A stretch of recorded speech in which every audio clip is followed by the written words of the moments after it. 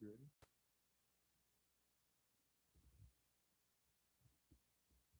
Good evening, everyone. Welcome to the Planning and Zoning Board meeting.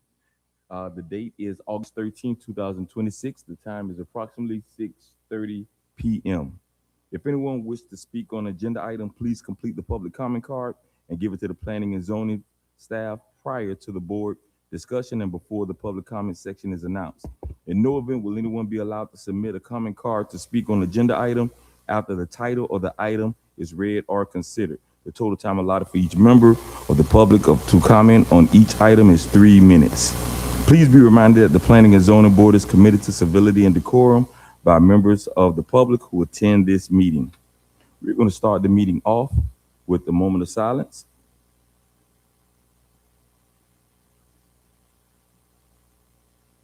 And the board will lead with the Pledge of Allegiance.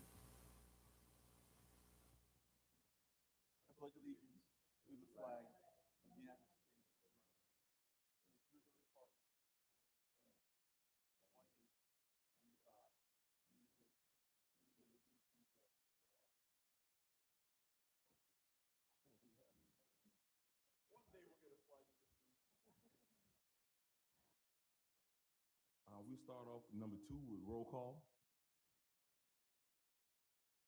Board Member Joseph. Present. Board Member Davis. Board Member Gallen. Present. Board Member Brown. Present. Board Member Williams. Present. Board Member Stringer. Present. Vice Chair Fernandez. Chair Wiley. Present. All right, can we have acknowledgement of board member absence notification? Chair, we have written communication from Board Member Burgess that she will not be in attendance tonight. So her alternate, which is Anthony Brown, he will have voting rights for tonight. Duly noted. Any acknowledgement of any board member vacant positions? Yes, Mr. Chair, we have vacant alternate District 2.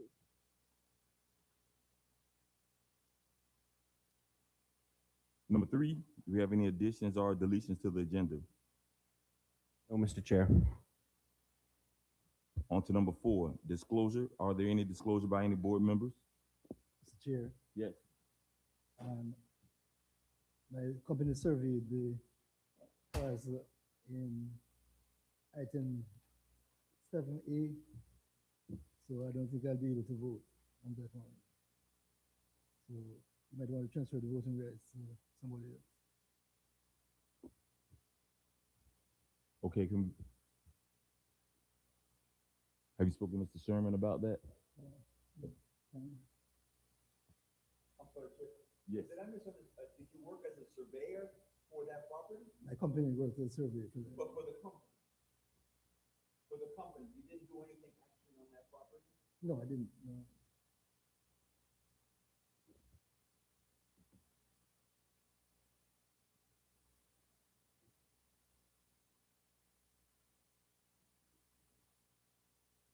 Um,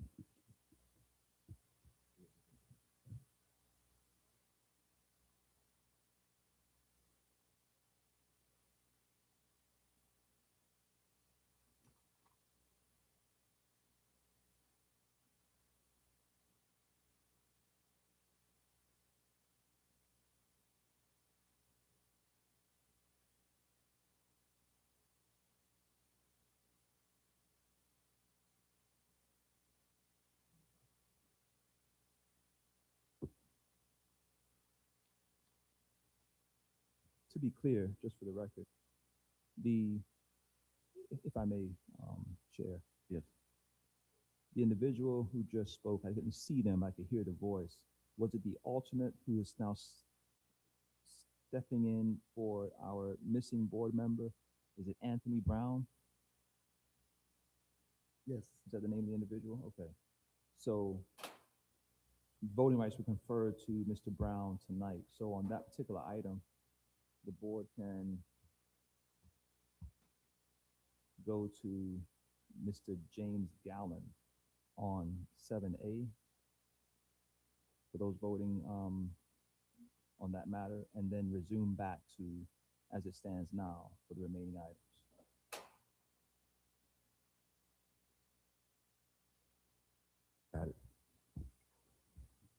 wanted to, Mr. Chair, if I may, Yes. just wanted to confirm with Madam Clerk if you caught that for voting rights for each item. Yes, it was said, by Attorney Tracy that for 7A, that Mr. Gallen will have voting rights, for that item. For 7B and C, it will go back to, Board Member Brown. Copy that. Thank you, Ms. Weathers. Thank you, Mr. Chair.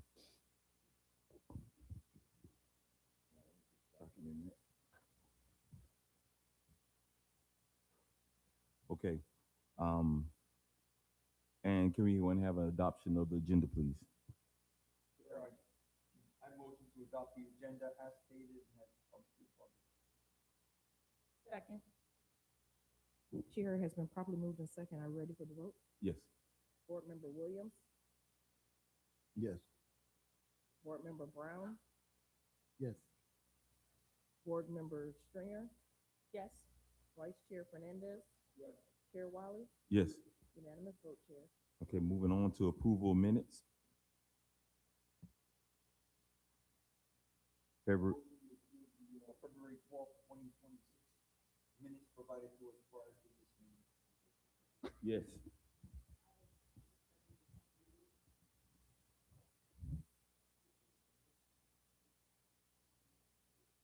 It is indicated in the minutes that she called my name, but I either didn't respond, but I had a lot to say. But, excuse me, so I was present.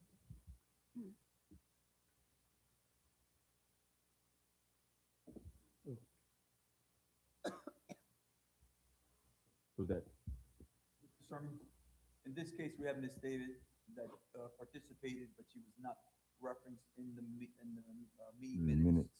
Should we hold off on the approval until the transcription company reviews it and provides a correct copy?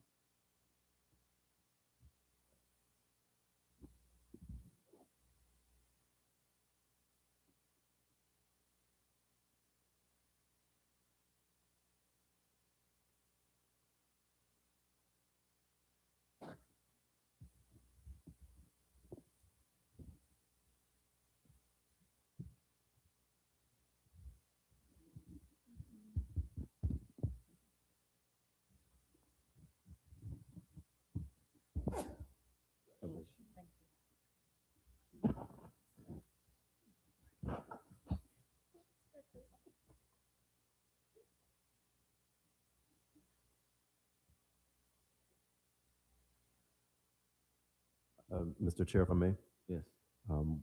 if we understood the comment correctly, Ms. Davis has stated that your dialogue from that meeting at which you were present and made comments is not reflected in the minutes. Correct. Okay. If no objection from the board, we will hold off on requesting approval of these minutes until we can review that with the transcription company and bring it back once we've investigated that. That works. Mr. Chair. So the minutes do reflect my remarks and comments. It's only when she called my name to see if I was present, either it wasn't audible or I didn't answer, one of the two. I don't know which. Did you hear, Mr. Sherman?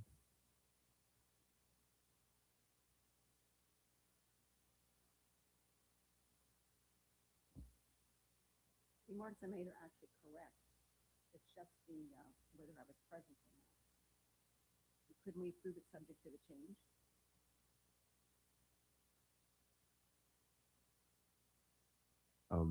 Legal has stated that that would be considered a scrivener's error if it's just a matter of you being marked present or not in there, and that that we can get reversed even if the minutes are adopted, so we can get that correction on the final minute. So if that pleases the board, we could do that, or if not, we could bring it back corrected if there's unreadiness for that approach. If I may, Chair. And the only reason I say that is because the actual substantive aspects of the minutes has a reflection of her comments. So it's clear that she was there on the face of the document. You can see it's an inconsistency. Maybe she didn't see her hand. Maybe she didn't hear the response to the roll call. Okay, so we can go ahead and proceed with the adoption of the minutes. Walter Stevens, Communications Director. You know what? This meeting, you all don't speak into the microphones, and with these mics, you have to speak into the mic in order for the transcription people to hear you. they actually complain about this meeting and say nobody in here likes to speak into the microphone. So they probably just didn't hear you. Just try to make a practice of speaking into the microphone as best as you can. And I'm putting extra mics around as the meeting goes on so you can. I would point the ones out that do it, but I'm not going to do that right now. Oh, gee, thanks, Walter.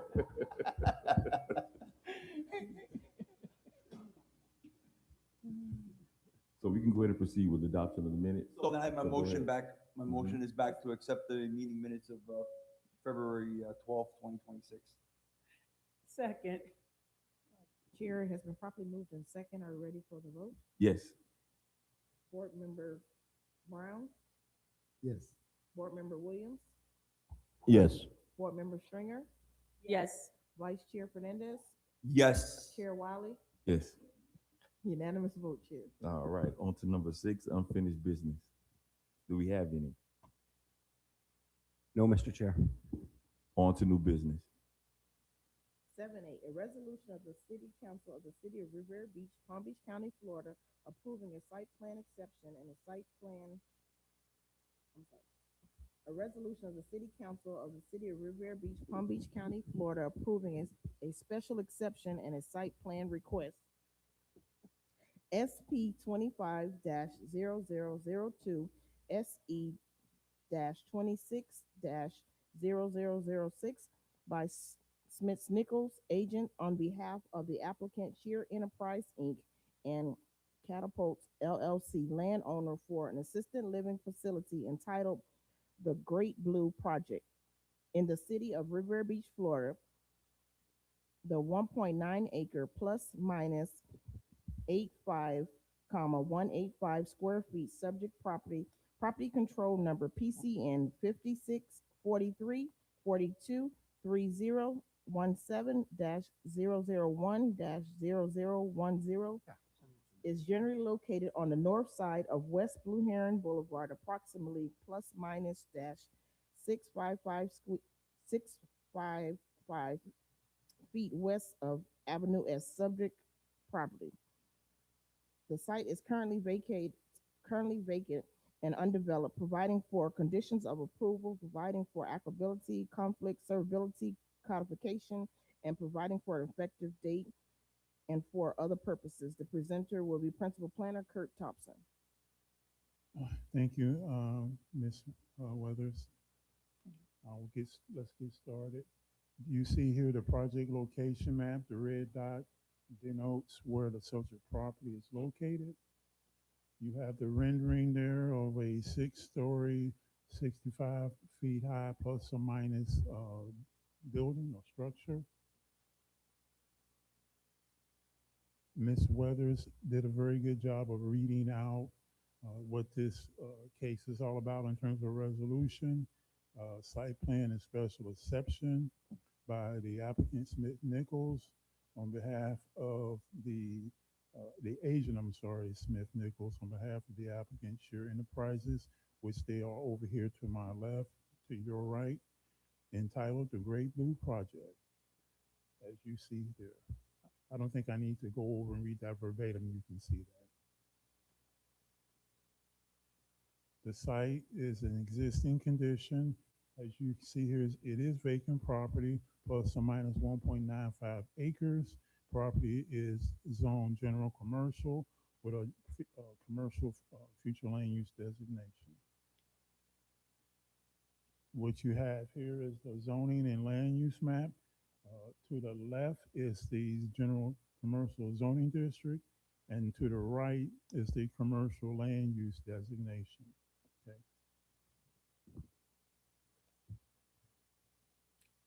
In reviewing the proposed site plan and special exception, you see the surrounding uses here. To the north is a multifamily zoning district. To the south is community facilities, which is I think it's the high school there, JFK Middle, and to the east is single family and office, and then to the west is multifamily commercial.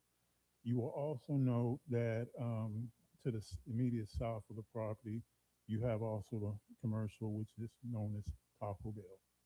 The, the staff has determined that the use is consistent with the overall goal of the housing element of the comprehensive plan, complies with the site plan and special exception criteria as outlined in your staff report, and there will be available infrastructure capacity shall be adequate for this site. It was signed off by the utilities department as such. What you have here is the public benefit. In the staff report, it talks about this, but this proposal, I'll try to read, but I'll try to be quickly here. Will create 140 affordable senior apartment homes, apartment units. 56 of them will be affordable at or below 30% of the area median income. 84 of the units will be at or below 80% of the area median income, with affordability committed to a minimum of 99 years. Project was selected through a competitive countywide process to receive approximately $11.5 million in Palm Beach County Housing Bond Loan Program financing, demonstrating a significant commitment of outside public resources toward the development of affordable housing within the city of Riviera Beach. Great Blue Residence has secured commitments from all of its financing, including a low-interest loan, as I said, from Palm Beach County, $11.5 million, that was awarded as a part of a countywide competitive process, request for proposals process. Upon receiving site plan approval and all necessary permits, construction will immediately begin according to the applicant. An accelerated construction schedule means residents could be moving in to this new community by 2028.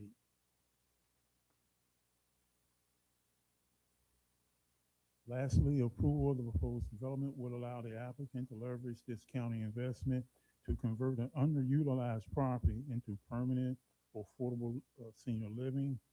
In addition to providing affordable units, the development incorporates supportive services, meal coordination, wellness programming, resident amenities, and professional long-term management intended to support seniors living independently. I want to also emphasize here to everyone that the applicant has a presentation, will make a presentation after the staff presentation, and I want to, again, kindly ask that the board hold all your questions until after the board, the applicant, I'm sorry, has a chance to present their case in terms of this project. There were some points that they want to bring up, and I would ask that you allow them to do that and then hold your questions till after that presentation. Thank you. Here's the site plan of the subject property. I'll leave that. The applicant will talk a lot more about it. I can't quite seem to get the pointer, but as you can see, there it is. Well, as you can see there in the area in red to the lower left, that's the access point. It's 20-foot wide access point, and that is according to the zoning code. It meets the regulation in terms of the zoning code. You have here the architectural tables that shows that in terms of the residential common space and circulation, you have the square footage breakdown here.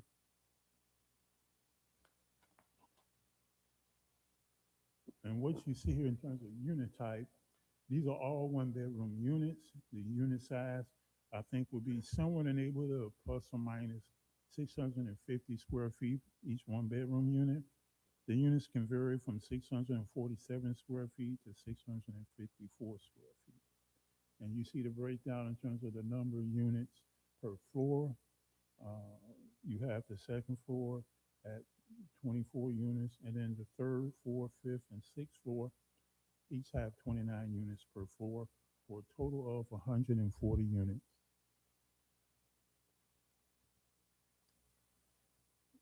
Tabular table. I want to just keep moving on. Parking. Due to the fact this is an assisted living facility, the parking requirement is 0.8 spaces per unit. At 140 units, 112 spaces are being provided. of which 5 spaces or 8 will be ADA compliant. Here's a layout of the floor plans. As I said, here's the second floor plans. And floor plans 3 through 6 are denoted in this slide. Again, the applicant will go into detail on that in terms of the floor plan layout and the subject or the attempt to what they will do is in terms of providing meals and extra amenities for the residents. As you can see by this slide, it has been found to be compliant with utilities, engineering, the building division, and the fire department. This slide shows that after extensive review by the staff and of multiple city departments, the city attorney's office, and outside agencies, this project was found to be consistent with the city's comprehensive plan and code of ordinances and is now ready for the board's consideration and action. In addition, a notice was mailed to landowners within 300 feet of the subject site. And this slide here denotes that. To the left is the affidavit of mail notices, and to the right in the center is affidavit for notice of signage. And then to the far right, you see there the date of July 29th when this sign was posted, which meets the 15-day requirement. Thus, as a result, the planning and zoning staff have reviewed and recommended that the planning and zoning board recommend that the city council approve the proposed special exception and site plan request subject to the conditions of approval as indicated in the staff report, of which you all have. And as I conclude staff's presentation, the applicant is here, will give their presentation and give a more detailed, excuse me, a more detailed review of the project. And with that, I will retire to my seat and turn it over to the applicant. Thank you for listening. Thank you. Yes.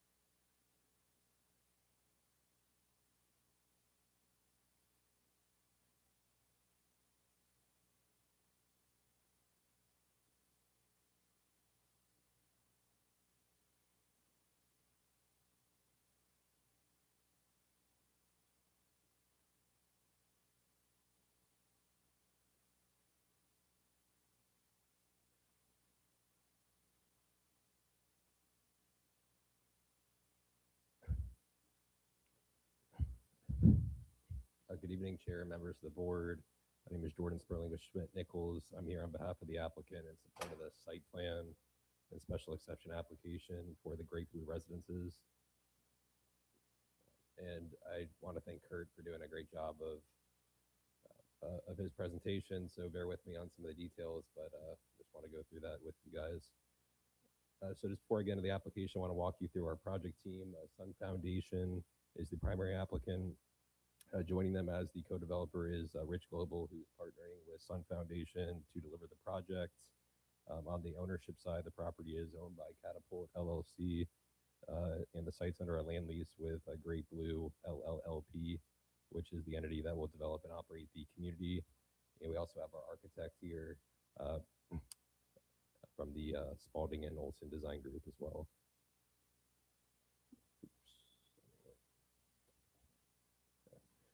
So what we're requesting is a special exception and site plan approval for a proposed 140-unit independent senior living facility. Under the city's code, this use is classified as an assisted living facility or ALF. and the definition of the assisted living facilities at the bottom right of the screen, section 31-1.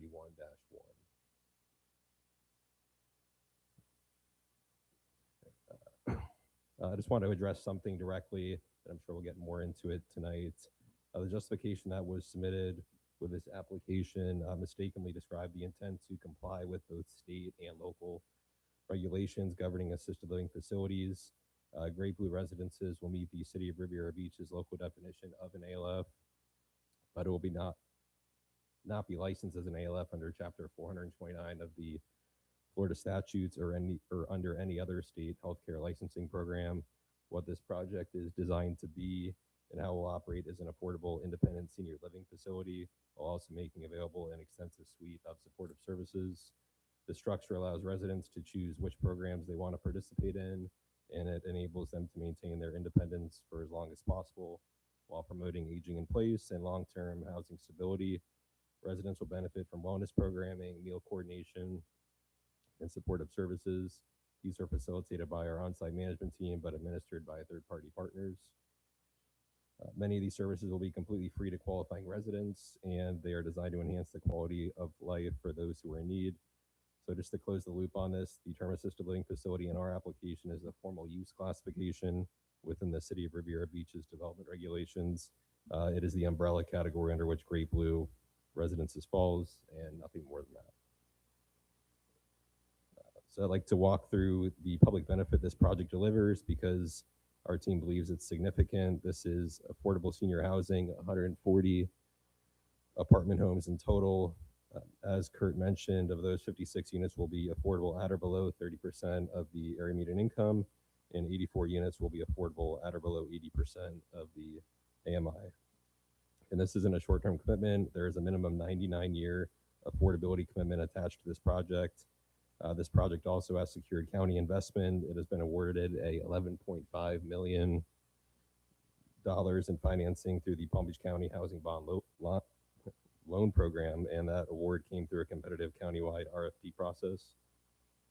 And this project's ready to proceed. All of our project financing is fully committed, and we intend to move forward with construction as soon as we get our building permit issuance from your city building department. There's also a site redevelopment. It converts a vacant, underutilized 1.95 acre parcel into a lasting community asset for the city. And finally, on resident support services, meal coordination, wellness programming, and other support services will be provided through either our on-site management team or through our third-party contracted relationships. Okay. This slide shows the existing future land use map for the site. So the site carries a commercial future land use designation. And this is the companion zoning for the site, CG general commercial. This is the conceptual site plan rendering. I just want to walk through a few project facts. As I mentioned, this is a 1.95 acre site with a single access point on 23rd Street, which is that east-west section at the bottom right corner of that image. The project converts a vacant underutilized parcel into 140 unit affordable senior living, totaling a little over 171,000 square feet. This is 100% affordable housing with that same 99-year affordability commitment. As I mentioned, of the site's development standards, the building coverage is 39%, pervious and open space is 35%. Your code requires 20%, which is a 15% increase above the code requirement, and our building height is consistent with your maximum height allowed in your CG zoning district. Of the parking spaces, 112 are required. We're providing that as well. This includes 70 secured and covered spaces on the ground floor and 42 surface level spaces, which works about to 0.8 spaces per unit and 5 handicap spaces. So I just want to spend a little bit more time on this slide because it speaks to why this project matters. For the need at the top right corner, the affordable housing shortage is one of Palm Beach County's most significant public policy issues. Seniors on fixed incomes face growing pressures to remain in the communities they've called home for decades. Rising housing costs force real trade-offs for seniors choosing between rent, medication, healthcare, and other necessities. On the county's commitment and why this project specifically, citizens of Palm Beach County approved $150 million general obligation bond to support affordable and workforce housing. The county adopted the Housing for All Palm Beach County Housing Action Plan, and Great Blue Residences is a direct result of these efforts. It was selected through a highly competitive countywide application process, as I mentioned, and it was awarded $11.5 million in housing bond loan program financing. This project advances the county's objective of high quality, permanently affordable housing for seniors and disabled adults. Going to the site at the bottom right corner, it's a vacant underutilized site that was previously landlocked, and this project activates it as a lasting asset, as I mentioned. This is a quiet, secluded corner, well suited for our independent senior living. A residential senior use generates substantially less traffic than a standard apartment complex or community, and the site will be well secured and will be duly emphasized given the population that it serves. On design, there's ample ADA accessible parking, which is a point seniors and their families consistently ask about, and covered in garage parking is included. On drainage, all drainage is captured on site and pre-treated in exfiltration trenches. So we have that accounted for as well. We work closely with your engineering department. And also at the community itself, this is 140 permanently affordable one-bedroom apartments exclusively for seniors and disabled adults. Private apartments are paired with wellness programming, meal coordination, healthcare partnerships, and supportive services. And those services are designed to promote healthy aging and allow residents to remain independent for as long as possible. And one of the most important factors is there is a central courtyard as a resident amenity, which provides outdoor gathering and wellness space for the residents. This is the colored elevations, and as to note, the building height is in conformance with your code 31323.3A. This is the compatibility slide and some of the policies that we feel that we're compliant under, more specifically the commercial future land use and zoning, policy 193 and 194 regarding buffers, walls, and setbacks to preserve the residential character for our development. Development's coordinated with the city's concurrency management system, and we're proposing to utilize and connect to your city sewer and water infrastructure. So across every applicable code section and comprehensive plan we've identified, we feel this project is fully consistent. And just to give you a little bit of education on the project access, this slide shows project access leading from Blue Heron, which is that east-west main corridor for the city, going to Avenue S, which is that north-south section there, to West 23rd Street to the site. I want to point out there's an existing bus stop directly servicing the site, along with the signalized intersection with that traffic signal at the bottom right corner of the sheet there. This supports both the traffic findings, which we'll walk through on the next slide, and the broader livability case for this population, since transit access matters for seniors and their families. I also wanted to add one more point on access. With the exception of 2 homes on the intersection of 23rd and Avenue S, there's no other home that fronts onto 23rd Street. There are no driveways fronting 23rd otherwise, so we don't anticipate this project sending traffic into the neighborhood. On traffic, the project is fully compliant with the City of Riviera Beach and Palm Beach County's traffic performance standards. We meet the two types of tests in the traffic generation. This project generates 25 net new peak hour trips. So really that's 25 trips per hour over a 2-hour span. And it's even less in the AM as well. So and access is through the single driveway on 23rd Street. This is the legal criteria regarding how the ALF is a special exception under your code for the CG zoning. And just to reiterate, while Great Blue Residences meets all the city's requirements for consideration of an ALF, it is not licensed by the state as an ALF. It will operate as an independent senior living facility with an extremely high level of supportive services. And these are your special exception approval criteria, which we acknowledge that we meet, as well as the site plan approval criteria as well. City staff has reviewed this application and recommends approval of the requested site plan and special exception application through your 8 conditions of approval in the staff report. And just to summarize, this project delivers 140 units of permanently affordable senior housing, on a site that has the correct zoning and land use with full compliance across every code section. We have our financing ready. We're excited to come into the city, and we're happy to answer any questions. And we have city staff's recommendation of approval. So appreciate the patience there. Thank you, sir. I guess we'll still go ahead and start off with questions. And we'll start on my right side. We'll start off with Mrs. Stringer. Good evening. Thank you, Chair. Thank you for your presentation. Mr. Curbs, why are you looking at me? You think I'm going to ask a question? Just one or two. Real quickly, and please give me, I guess, further clarification. You say you're not going to apply for ALF, but your parking is associated with that. What's the difference? Because if you did regular assisted living facilities as an apartment, wouldn't you have more parking requirements? Well, that requirement comes straight from the zoning code, Ms. Stringer, for for assisted living facilities, and for the right terminology is, I want to get it right here, but essentially the parking requirement allows for parking for folks like myself who are getting up there in age and needs, and doesn't have the need for a whole lot of parking now, okay? So in that regard, less than one parking per space is allowed, and that it comes directly out of the zoning code from the parking table.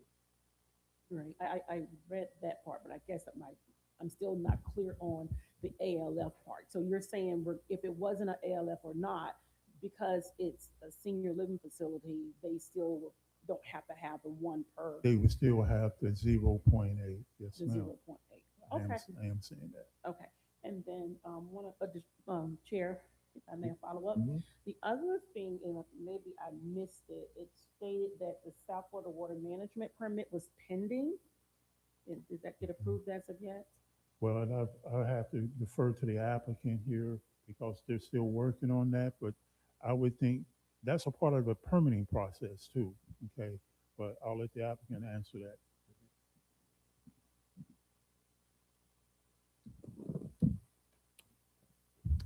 Thank you for the question.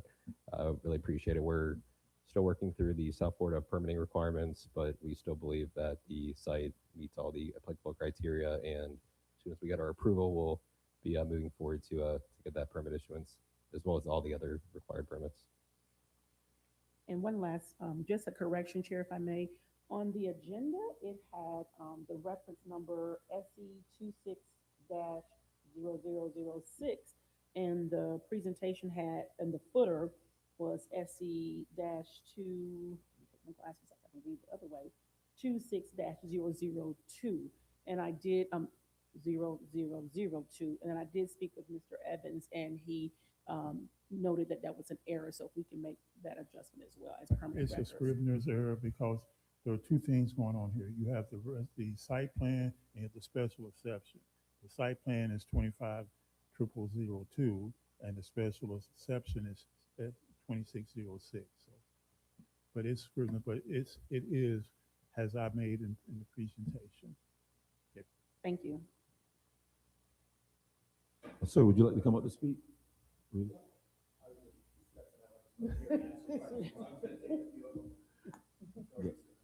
Got it, duly noted. Mr. Williams? Good evening. At this time, I don't have any questions. Ms. Joseph? Just a excuse me. Great presentation. Just a comment. I too I'm having a hard time kind of following the ALF designation. So I just want to ensure that if they are classified as that they don't run into issues in the future from a zoning standpoint, because we've known of other projects in the city where zoning misclassification has caused some major issues. So I just want to ensure that, the entire team looks at that, moving forward, that there's no issues at the state level where they're gonna be like, you're classified as an ALF and you're not, you know what I mean? So that's just a comment that I wanted to make. And the zoning code, Ms. Joseph, is for the special exception. It states clearly assisting living facility needs a special exception. So it is an assistant living facility. Just want to make sure. You're welcome. Yes, sir. Introduce yourself, please. Hi, my name is Dan Molesky. I'm the Vice President of Development for Sun Foundation. We're the not-for-profit general partner who will own and operate this building for the next 99 years, hopefully. The city, every different code, there's definitions. The city has their own definition published within your land development regulations for assisted living facility. We meet that definition. When the state talks about an assisted living facility, there's also requirements with regards to how the care is delivered that result in medical licensing, food licensing. There's HIPAA stuff because now you're holding medical records. We use a partnership with third parties. So we coordinate care, but those third parties contract directly with it. The other reason why we do it that way, that's kind of a model that's becoming more prevalent, especially when you're talking about within affordable housing, because assisted living facilities can be expensive to operate, to live in, and a lot of people don't want to give up that freedom. So if you're familiar, our Vice President of Services, Joe Glucksman, is here with me. He's also with Sun Foundation 15, 16 years ago, and Joe built Quiet Waters in Belglade, if you're familiar with that facility. So Joe is the one who put all that programming together, and that operates the exact same way. They actually started off as an ALF, and they found that they were having a very hard time filling up, finding residents, and reaching rental achievement on the property. And that was because people didn't want to give that up. They wanted to maintain independence. So a lot of the assisted living facilities don't have full kitchens. We do. We want someone who has been cooking their whole life to be able to make a meal for themselves, not have to rely on outside.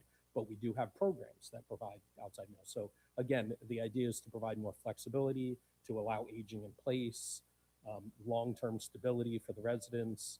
Those are kind of our goals. And for that, you really need to have options so they can choose which programs to participate in. And that's our model. And then Chair, one more comment or Yes. question. Is there going to be any sort of local preference to ensure that residents of the city of Riviera Beach get first dibs on these units? I guess what I can say is there's some difficulty with doing that. We are trying to get vouchers to cover the units that have 56, the Low. extremely low income, because even though you're only talking about $700, $800 in rent, for some people that's still just too much, and you don't want, you want to be able to house everyone who needs it. And there are federal requirements for how wait lists and how that's governed, and there's difficulty with how you do different preferences. So I mean, to be honest, I'm not sure that we can accommodate that, but I wholeheartedly, we will advertise locally, we will work with local agencies. Some of the tricks that we kind of do is, like, for instance, when the wait list is going to be open, and we know that the Housing Authority is going to open it, we're going to let all the agencies locally know that, hey, this wait list is opening at 5 p.m. next week, because there are people who follow that regularly, and if you don't have advance notice, that wait list could have 2,000 people on it within 24 hours. And so you really want everybody informed. So those are the sort of things that we can definitely commit to doing when, in terms of preferences, we're really governed by the federal law with regards to these properties. That's all, Chair. Thank you. Mr. Fernandez. I've got a couple of questions, and some of them are aimed at Mr. Sermons. Mr. Sermons, this is going to be an ALF pursuant to City of Riviera Beach Code. Do we have anybody in that unit that knows what to do as far as ALF? With the ALF state, you have licensing requirements, you have background checks, you have screenings, you have on-site inspections unannounced, and then you also have the Residents' Bill of Rights under the state. How are we going to protect our seniors? Do we have even somebody that's competent and certified to inspect these ALFs, make sure they're covering each of the bases I just outlined? Mr. Chair, if I may. Yes. I want to make sure we're not using the wrong terms interchangeably. An adult living facility is what our code has previously referred to as an ALF. This is an assisted living facility. So this is not the same use that is heavily regulated from the state as far as what's being proposed here and approved. So this is an assisted living facility that is allowed Generally, in any commercial zoning district with a special exception, it is different from an adult living facility, which we have recently updated our code related to actually remove that terminology. Again, I apologize if the acronym ALF drew your attention to that previous term that we no longer use in our code, but this is an assisted living facility. So does that get to some of your question? Well, first of all, on the slide presentation, this is an assisted living facility based on Riviera Beach. This is not an assisted living facility based on 429, Florida chapter 429. So that's where the mix-up is. What is this? Is this going to be a place where they're providing wellness, like they stated, health benefits, like they stated? That is an assisted living. I don't care what you name it. So do we have the background checks going to be in place? Do we have somebody in your section that's going to be able to go out and do spot inspections? They're going to be serving food. They're going to be providing health care. Who's going to check the background of these individuals? I mean, somebody's got to do it on the city. They're not going through the ALF 429. So who's going to do this on the city staff to protect our seniors? So the city does not regulate those areas that you mentioned.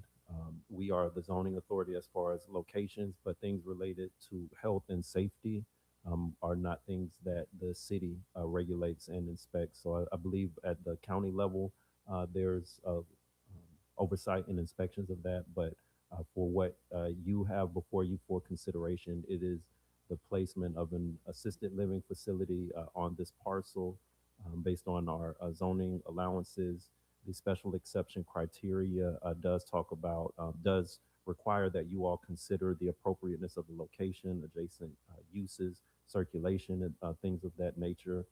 However, the health and safety aspects in terms of food service, background checks of residents and things of that nature, that is not the scope of the city's involvement in this type of use.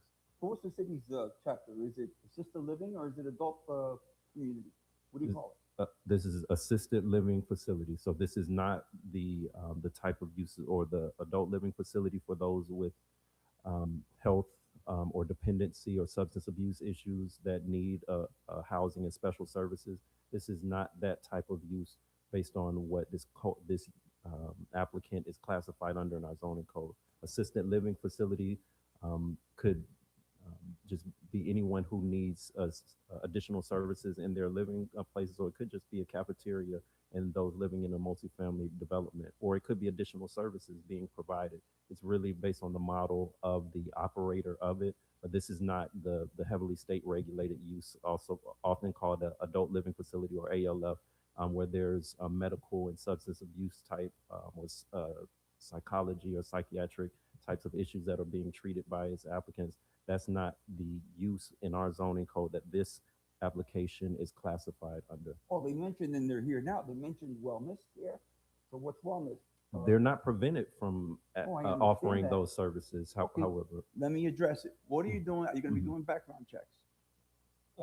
Okay, so the microphone's on. Go ahead. So once again, we do not administer these services directly to our tenants, and that's part of the difference, is we do coordination of care.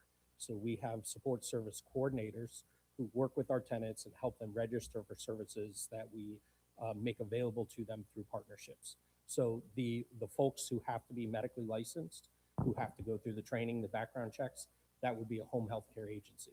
So there'd be a home health care agency that's able to bill Medicaid, Medicare, that provides those services, and they are third party to us. They have all the licensing. So that's part of it. That's one of the reasons why this model of care is becoming more prevalent. The state hasn't recognized yet. The state still has their definitions. Your definition as a city is a broader definition. So we're in effect doing many of the same things that these would do.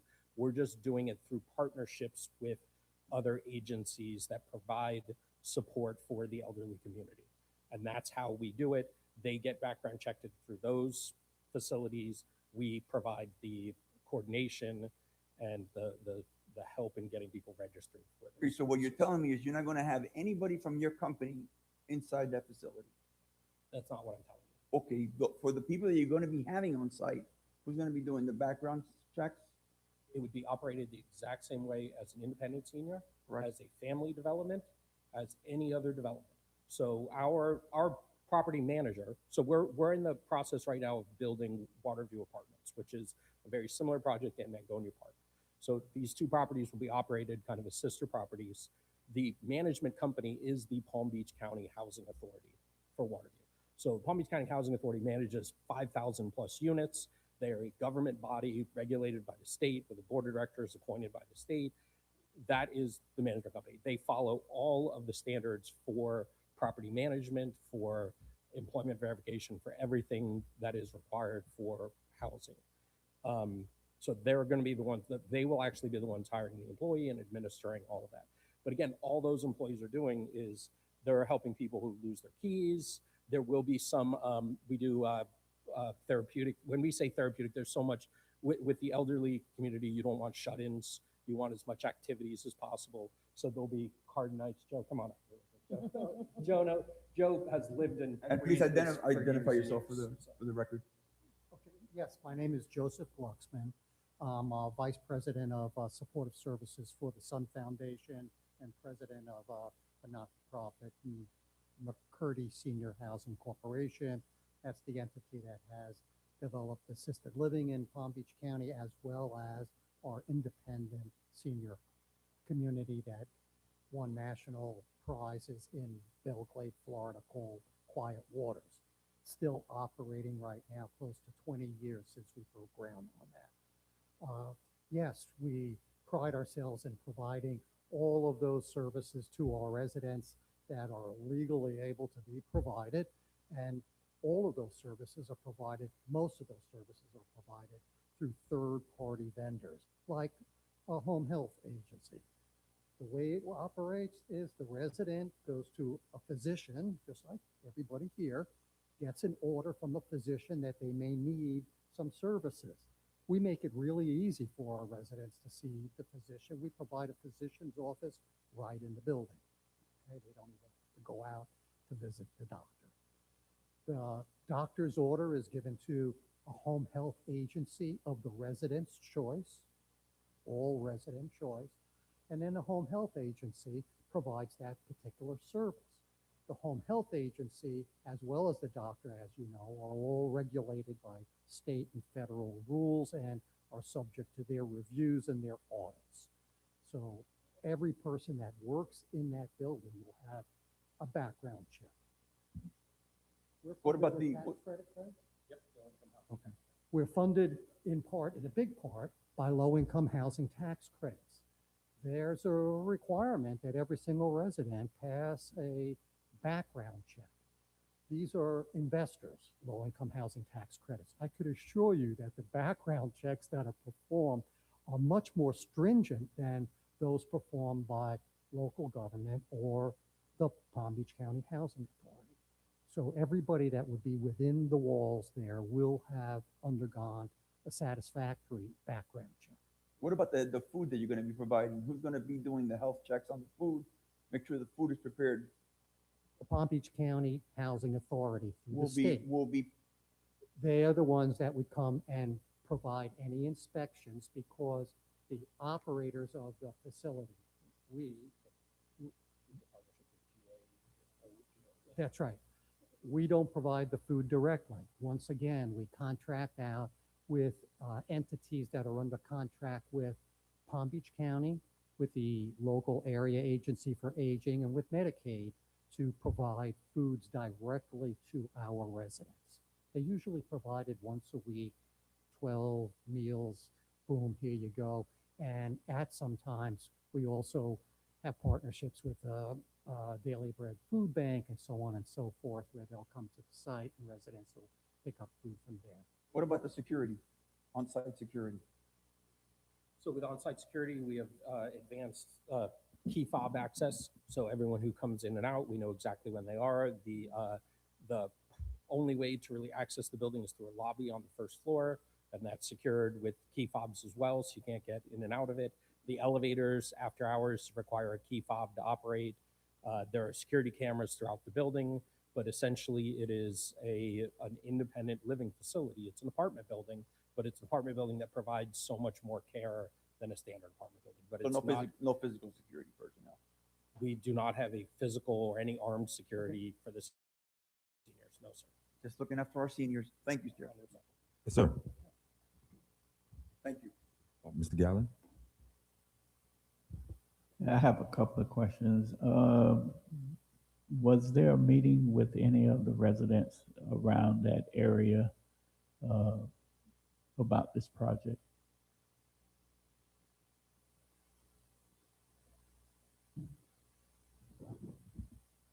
Thank you for the question. We have not had separate meetings with the surrounding residents, but they have all been advertised in accordance with the city's code. We provided the public notice to the property, worked with the city on providing mailers regarding what the development is and how it supports the community. But we haven't had any in-person meetings with the surrounding community, but we've worked closely with staff through the process to make sure that it's a great addition for the city. Okay, staff, didn't we put something in place to where when a project is coming on board like this, that there's a public meeting be done? There is, in the current zoning code, there is none other than in 31-4 that states that within 300-foot radius of the property, they put out public notices to all the addresses within that area, which they did, and then they post the property as according to the code, which they did. But there's nothing specific in the code at this time that I know that requires a general public meeting. That's something that they would do on their own. Okay. What would be the age group?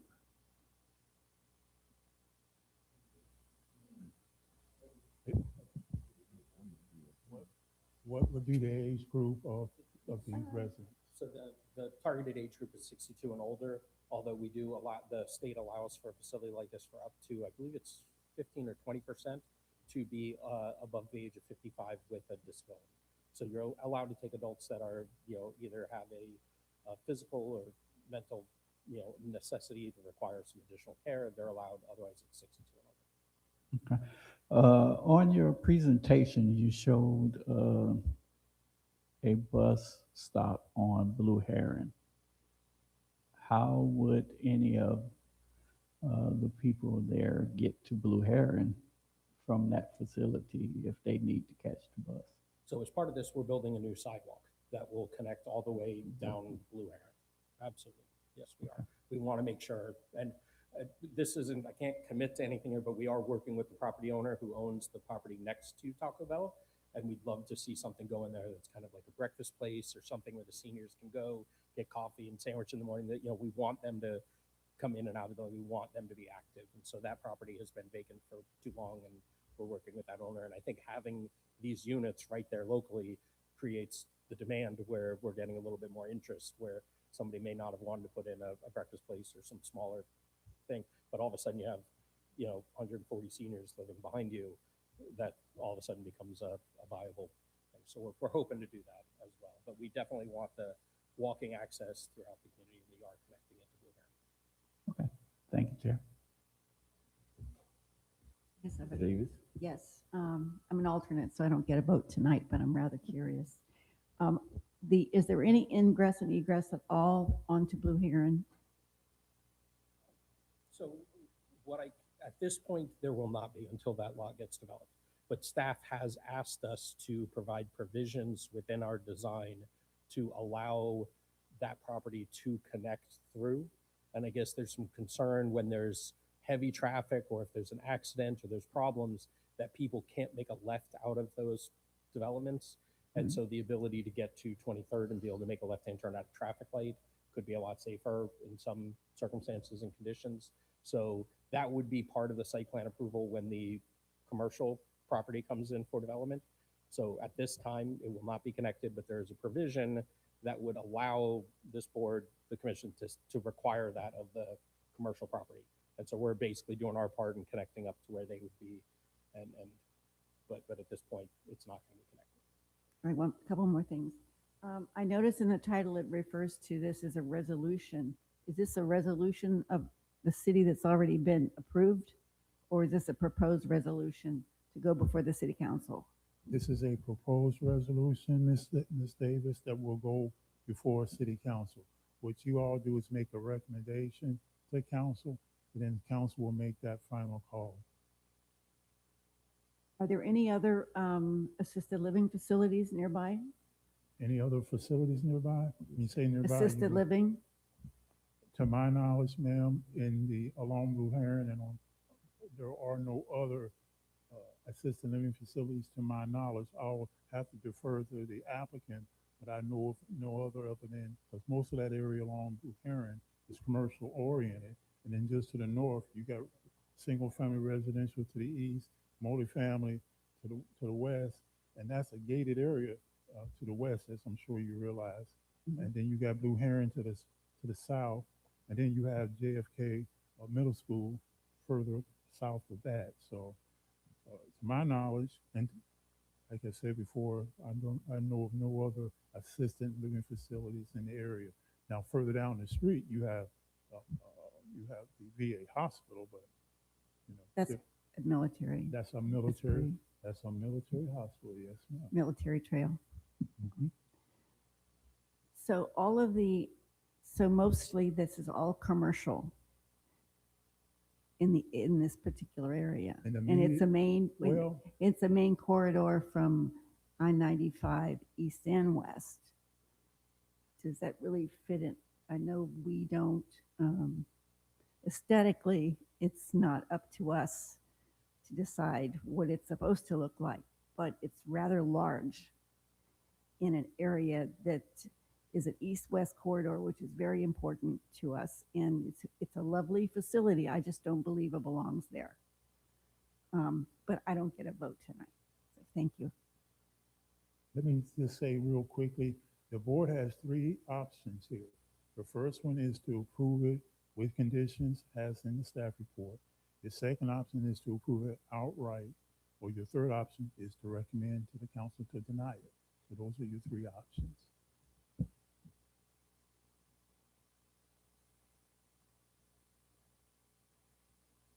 Mr. Brown? I don't think I have a say in this. All right, I have a question. Did you, for the property that's in front of it, did you guys consider talking with the landowner there or the property owner there to be able to purchase it and then maybe do something that would be conducive to the site as you're building there? So it's actually related entities. So in order to make this development possible, this lot in the back was landlocked. There was no legal access to get to this site. And so that property has been sitting vacant and would continue to sit vacant.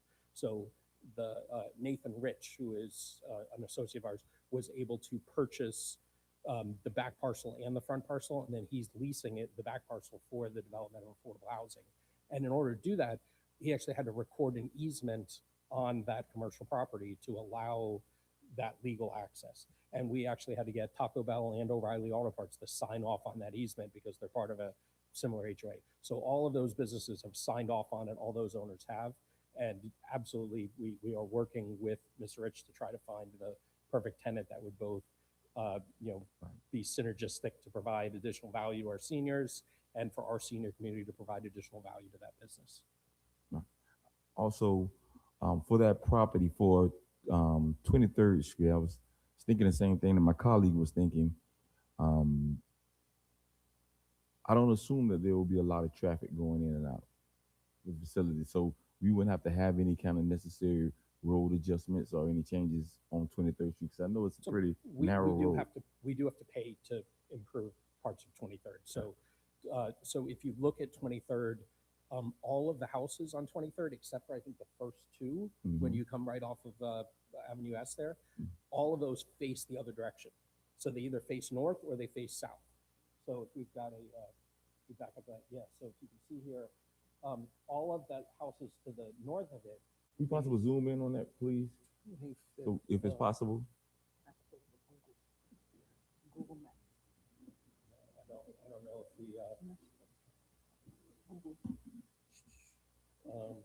Oh, that's fine. I just wanted to see, Yeah. just make sure that everyone can see that area. So the houses to the south of that yellow line, if you see 23rd and the two yellow arrows, Right. the houses to the south of that all directly face Blue Heron Boulevard. So that's the backyard. All of the houses to the north of it face 25th Court, which is the cul-de-sac to the north. And so it's really just the first house here and the one just to the west, those two. And so if you actually were to drive down 23rd, you'll find it's not even finished. So what the city decided to do is when the city was doing work, because there's utilities underneath, there's other stuff, they did all the base rock and they did the first lift of asphalt, but they didn't actually finish the road because there's nobody that uses it. And so there even were like, I think bollards up at one point trying to prevent that, but now there are people that are parked there. There's some work vehicles, even though there's no parking signs. And it's just, I think that we're going to activate that. We're going to improve that, but we're really not providing any additional. It's such a unique parcel because it's set back from the commercial. So it's going to be like a quieter area where you don't really want to put senior housing right in the middle of a busy commercial area. So it's set back, but it's not impacting the single family because even though it is a taller building, its access, it's minimal traffic and its access is coming down this road that just happens to not have a nice front yard on it. So I think it really, we were pretty ecstatic when we found this, and it just is one of those properties that's been, hasn't gotten the attention largely because without the corner of the lot to the south, you can't get from 23rd to that property. Right. So we had to actually provide that easement. And again, you have multiple different property owners. They were owned by two different parties, no interest in talking to each other. So we put that together and made that. The only thing too also was that I kind of wish, I know we were here to just approve to make sure for the area and everything, but I kind of wish you had like I know you have a finished product of what the building is going to look like, but I kind of wanted to see a finished product of what the roadway was going to look like going in, just so we can get a visible sight on what that was going to look like. Because like I said, it's very unique of how you're going to do it, but it would have been nice to kind of see what you think the finished product was going to be on it, if possible.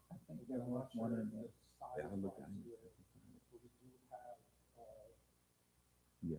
Yeah, go back. Yeah, right there. Yeah, that's it, yeah.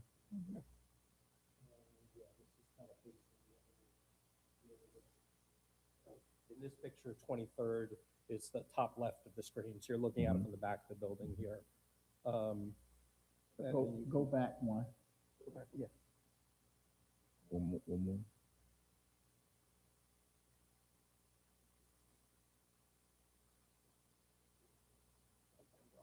There it is. There it is. That's it right there.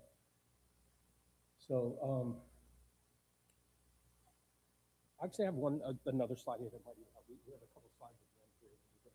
This one was developed because I thought you guys might ask about the traffic specifically, if that front lot was developed and how that front lot. Right. So we needed to conceptualize that. We needed to make sure that it does it. And again, this is all, we've talked to some people who say absolutely not. We don't want those two connected. And other people are saying, oh, it would be great if they were connected. That's not something to decide tonight. That'll be decided when this property to the south is developed. But you can see here, this kind of shows the entrance coming in from the south if the front parking lot was connected. So you can see this is actually showing specifically turning radius of the large fire trucks. So we need to make sure that the fire trucks are able to get in. Right. It is, we have 2 ADA compliant elevators that meet all the requirements for stretchers because we want, if somebody has a medical emergency, it is an older community. We want the ambulances to be able to get in, get out. We want 2 elevators that work. We've got backup generator for the elevators, all of those things for the property. But unfortunately, I don't have a better drawing that shows that the continuation of 23rd. But it is a standard residential street. It's your standard width of residential streets. And, and again, you can see the sidewalk a little bit better in this picture. So the sidewalk starts on the east side of the road. We have a little crosswalk that occurs, and then it comes right down the side of the road all the way up to Blue Heron. So we'll connect all that walking path up. Yes, sir. I do want to let the board know that as a staff, we did talk extensively with the applicant about that access, particularly as you brought this going on 23rd and along getting southward to Blue Heron because of the concern of access. And that's why they they did mention, and they show it here, a working agreement where they work with the future developer or property owner for that property facing Blue Heron stuff to make sure that there's access there, and not just on 23rd, but also the Blue Heron. So I'm not bragging at all, but I talked extensively with them on that. Okay. Sure sound like bragging to me. I'm just kidding. Well, I am not bragging, but I did talk to them extensively about that. So, okay, thank you. Chairman, I ask a question. Yes, ma'am. Go ahead. For the side that's facing the east, as far as the buffer, is it strictly gonna be landscaping or landscaping and like a gate? Like, what sort of privacy measures are gonna be in place for? So primarily landscaping, there probably will be a fence there. I think we're calling for a fence on that side of the property. So that actually doesn't back up directly to the residential, that backs up to your utility easement. So you Got have it, an okay. alley. And in fact, I think that it's actually right away, it's not even an alley. So Strozier Road is under your city engineer, that's actually a roadway. But it's, if you look at it, go back, sorry. Well, you can actually look at it here. If you can see where, right as you turn north on 23rd, the properties there, the backyard is a little shallower, and then it bumps out once you go past our driveway. I don't know if you're capable, can you see that? Okay. If you see it, so the roadway to the south of that meets the conditions for a roadway for Strozier. But I guess it's always difficult as the city grows over time. You don't know what you're gonna need until you need it. And so I think the thought was at some point that there might be an easement, or those properties might give up room and improve Strozier, but I'm not sure the history of that. But definitely at some point, those two lots gave up a portion in order to expand that roadway, and that, makes this work. as well. Okay, last question. Is there gonna be any lighting on that side of the building as well? That's gonna impact the There'll be residents on minimal this? lighting, and there'll be photometric studies to meet all of your codes, because Okay. it does have to cut off of your property line. And again, in addition to our buffer, you've then got a full utility easement and then their property, so. Thank you. That's all. Chair, thank you. I look like I have another question. Thank you, Chair. Uh-huh. First of all, I want to say, housing crisis is a national problem. And so we're grateful for this, opportunity, but when we ask questions, it's because the residents need to know, they're watching. We're here to do that. So don't think because we're asking questions, we're not supportive, because I am, very much so. But I do have two additional questions. One, you spoke about transportation. So will those individuals that reside there, will they be using Palm-Tran at all, like the door-to-door Palm-Tran, or just the public transportation? How would that work? A little bit of both. So it's kind of a little bit of everything. So there are definitely different agencies that provide transportation. I believe the Palm-Tran Connections, is that right? Yes. That's correct. Through Palm-Tran, seniors get a reduced rate, Correct. monthly card, and they'll come and pick them up, take them to where they want, and return them back to their home, just like anybody else living in a home. And again, our staff is there to help them coordinate, to inform them. We'll have almost, pamphlets and schedules, and they will meet with the supportive services coordinator, who's going to help them sign up for all the eligible programs that they have, and really leverage the existing community resources and provide them access to them. One last follow-up, Chair. And going back to the parking. With assisted living for whatever term we're calling it, 5 handicap spaces for 140 residents. That seems like a disproportion. So that's the requirement, but we always do try to increase that. So as we go through the final building plans, I can kind of show you.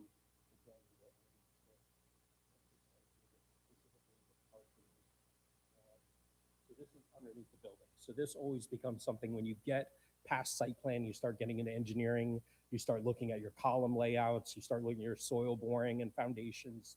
And so there's always opportunities as these piles move around.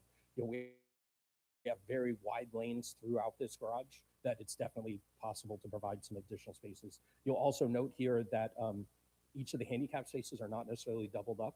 So there's always an ability, because you already have that hashed walkway between them, to convert other spaces to ADA. So again, our design team put what's required by code in there, but as we move forward, we most likely will increase those number of spaces.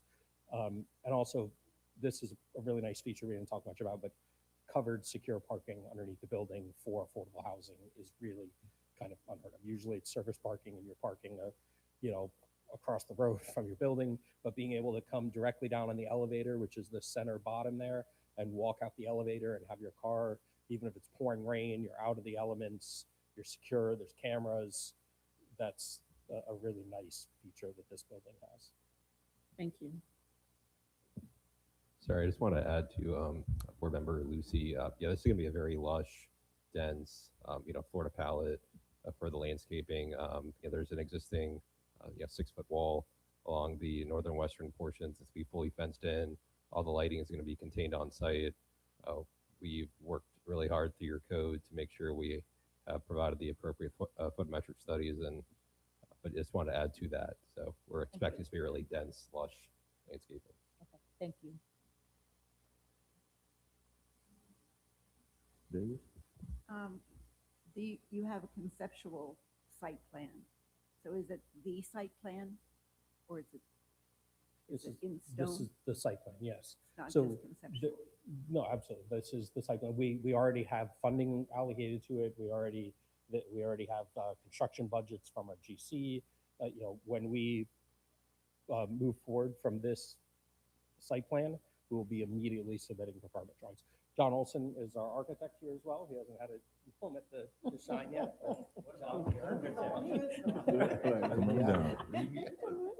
It's all about the land planning. Can you state your name for the Yes. record? My name is John Olson. I'm a partner with Spalding and Olson Architects, serving Rich Global and putting this project and Waterview together as well. We've got the full schematics are done. We're probably 20% on MEPs. We haven't done a lot of the structural, mechanical, engineering, plumbing yet. But we're headed towards pulling the permit set together. Much farther past that, conceptual design. So you'll have the dance hall and the bingo and the theater room. Well, Just asking. we may have to outsource some of Thank that. you. Now I'm taking the time to just kind of show off a little bit. One of the beautiful things about this, I've been doing affordable housing as Joe has for quite a while. And because of the structure of this building, that parking and having it as a podium, you end up with this upstairs elevated patio. That's, so it's essentially a U-shaped building. So this, you can see here, that's like 4 gazebos that are there that'll have trees planted. Sorry, that's 4 diagonal shapes of where larger trees will be planted upstairs above the parking. You've got gazebos out there, pergolas. There'll be places for barbecue, for socializing, for people to play cards outside, to be able to enjoy the fresh air. But at the same time, it's fully secured. There's locked gates out there, so this is just walking in and out of the building. No steps, ADA accessible. So it's really, that feature is something we're really, really proud of, is having that giant plaza area there. So Thank you, sir. Very nice. Party in the rooftop. Mr. Brown, I have just a couple more little things. How many trips does this generate a day? we did submit the full traffic study. I know that the peak hours is 25 per hour, is for the peak hour. I don't know what the total is throughout the entire day, but the peak I know it's on here, I just couldn't read it very well. So another little thing, and I'm not being disrespectful about this, but it looks like low-income housing. There are no terraces. It looks very institutional. Is there something that you could think about? I mean, that's beyond what we do here. Yeah, but I think you know what I mean? I can speak to that a little bit. Part of our architectural review and schematic design process is to actually have breaks in the building with different materials, different textures, different colors.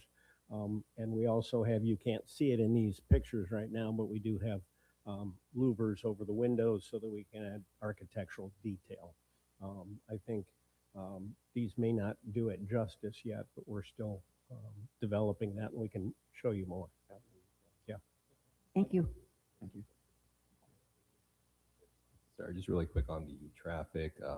As Dan mentioned, there's 25 p.m. peaks, so that's 25 trips every 2 hours. So it's really light and substantially less than the standard apartment community. It's even half of that for an AM peak in the morning traffic, and it's about 300 total for the traffic study, but again, fully in conformance with your traffic department and working with the county traffic division, I'll get their approval letter to support, but very low intensive use. So that's 300 trips a day? Is that what you? That's the total daily trips, but Right. it's a fraction of that in the peak hours. All right, thank you. Do we have any other questions? One more. I promise this is the last question. With the improvements that you guys are making on 23rd, does that also include adding sidewalk along, is that 23rd? Yeah. Does that include adding a sidewalk for access?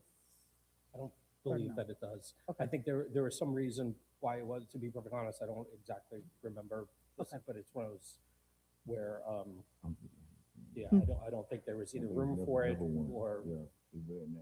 Yeah, Okay, I it's don't narrow think there there. was room for it. I've never Yeah. been down there. Okay, thank you. Yes.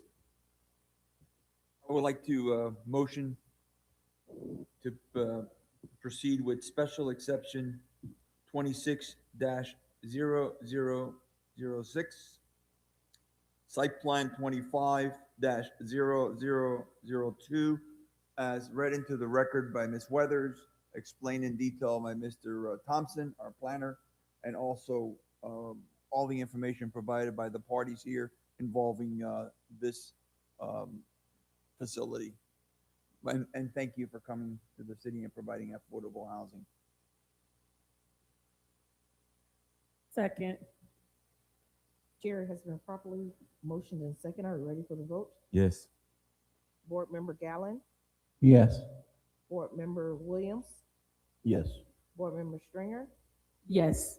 Vice Chair Fernandez, Yes. Chair Wiley, Yes. unanimous vote, Chair. Thank you, guys. Good luck. I didn't ask about the pool, but that's, I was just explaining to us that he's working on the architectural design, for the rooftop pool and the lounge.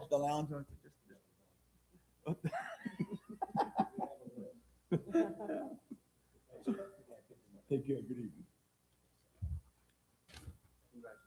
All right, moving on to 7B. Ordinance number 4321, an ordinance of the City Council of the City of Riviera Beach, Palm Beach County, Florida, amending the Code of Ordinance, Chapter 31, entitled Zoning, Article 6, entitled Supplementary District Regulations, Section 31-543, entitled Churches to update the provisions of the said section, creating a new section 31-543.1 to be entitled Affordable Housing on Regulation Institutions Property, to amendment section 166.04151 (6) Florida Statute 2025, authorizing the administrative approval of affordable housing on certain properties owned by religious institutions, authorizing of the Director of Development Services to execute affordable housing restrictive agreement for administrative approval projects, providing for a sunset provision and providing for conflict, servability, codification, and effective date, and for other purposes. The presenter will be Principal Planner Sneed Simon Roman.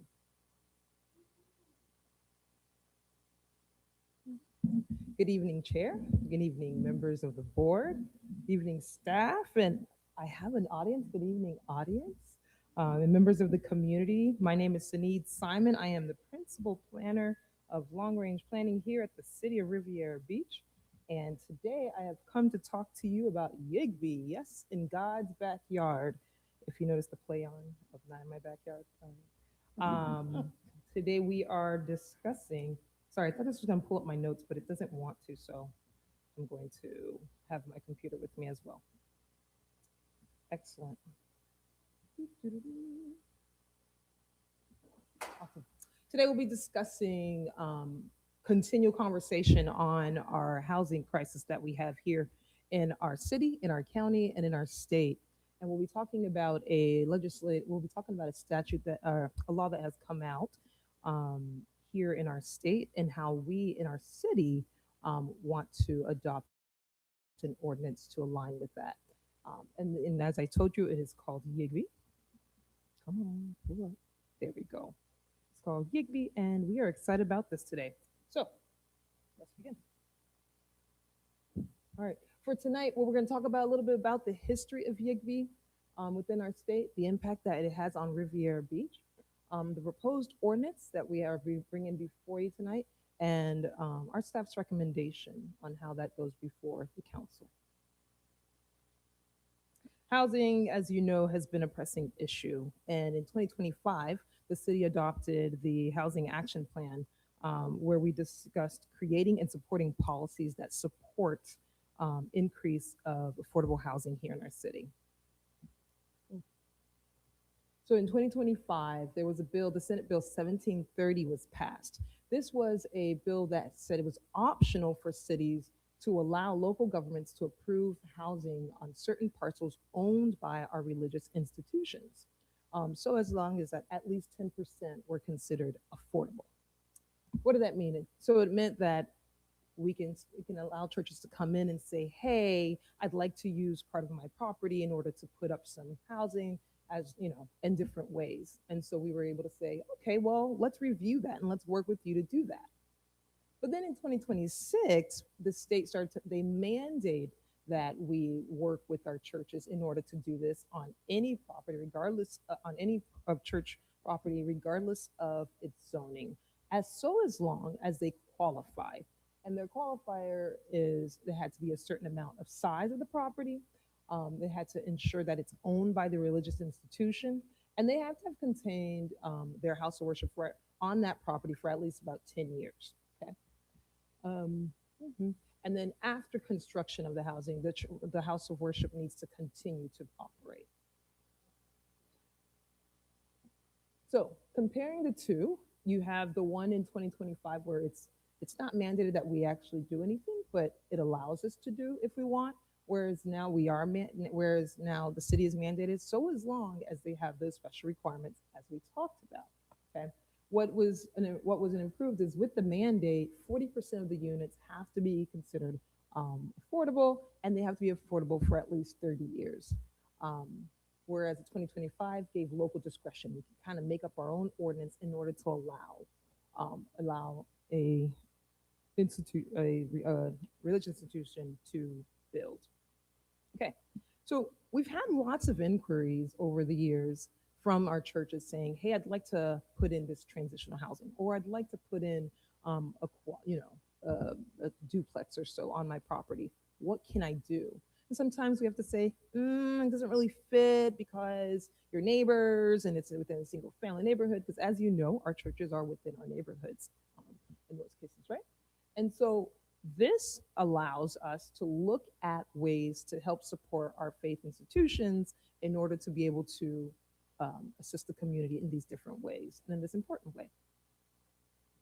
So we did a little bit of study. The staff looked at what do we actually own? What do our churches own here in the city? How many properties do we have? So we had about 47 properties that are owned, parcels that are owned by our churches, okay? And then we looked at it, how many actually meets the state mandate where enough of them would meet that 3 acres in order to fit? We found about 2 of them. And then we looked at, but what about an acre at least? We found about 8 of them. And then what's the average parcel size? It's about 0.7 of an acre is what our churches or our religious institutions own, right? So they technically do not meet the requirements that are needed under the mandate. And so we look at, back up just a little bit. Go back. All right. So we look at the authority that's given to us under, say, Senate Bill 1730 that allows us to come up with a local ordinance in order to support these institutions because they still want to participate, okay? So here's what we're proposing tonight. What we're proposing is, one, we change the definition. Right now, like you heard in the reading of this ordinance, ours is under churches. We're changing the definition, we're changing the title to religious institutions in order for it to align with the state's might be. It is my bedtime, so we're gonna move a little faster. We're changing our definition as I tell you. But we're also looking at different, and this is where we differ a little bit, and then we also align with the statement. Okay, so we're looking at our parcels. They must be just like the state, owned by the religious institution. Okay, and then we say that the parcel that it will be on, the religious institution has to still be on that parcel or next to the parcel, and then at some point they will be platting it all to be one big parcel, in order for it to continually to be owned by the religious institution. And they must, like the state's mandate, have owned it for at least have owned their property for about 10 years and be a religious institution for the last 10 years as of the date of application. In addition, what's a little bit different is it said on any parcel, as you notice, it states it on any zone parcel. For our city, we are saying with the exception of our industrial areas, because we don't believe that it's the best place to put people in the middle of industrial areas. Also our commercial areas, except our neighborhood commercial areas, our special preservation area, because we need to protect those areas, and our recreation open space districts. Okay. The design standards, they would be following the downtown general district's guidelines in order to do this. And also for affordability, we are requiring, because 2025, remember, it said at least 10%. We are aligning with the state's mandate of 40% being affordable housing, And also they have to have a minimum of 30 years to be affordable, which aligns with the state's mandate. We find this to be consistent with our comprehensive plan, where we are saying, yes, we need housing, and yes, we want to make sure that it's housing that is affordable. It doesn't necessarily mean that it has to be a subsidized housing. It just means that we're creating homes that are allowing folks to be able to afford that type of home. And we said that because we're wanting to diversify the types of housing that we have here in the city. So that way it should be naturally occurring affordable homes, as well as those that need assistance to do that. So it aligns with our action plan, like I told you, that was adopted in 2025, as well as our housing element. So our recommendations tonight from the staff is that the Planning and Zoning Board recommends approval of its proposed changes to the Land Development Code to the City Council. And that is my presentation for this evening. Any questions? Any questions, board? Yeah, I've got a question, but now let's go into the properties themselves. They're gonna have to be mandated the height. What about the height and the density? Because as you stated before, most of these churches are on, residential, single family residential units.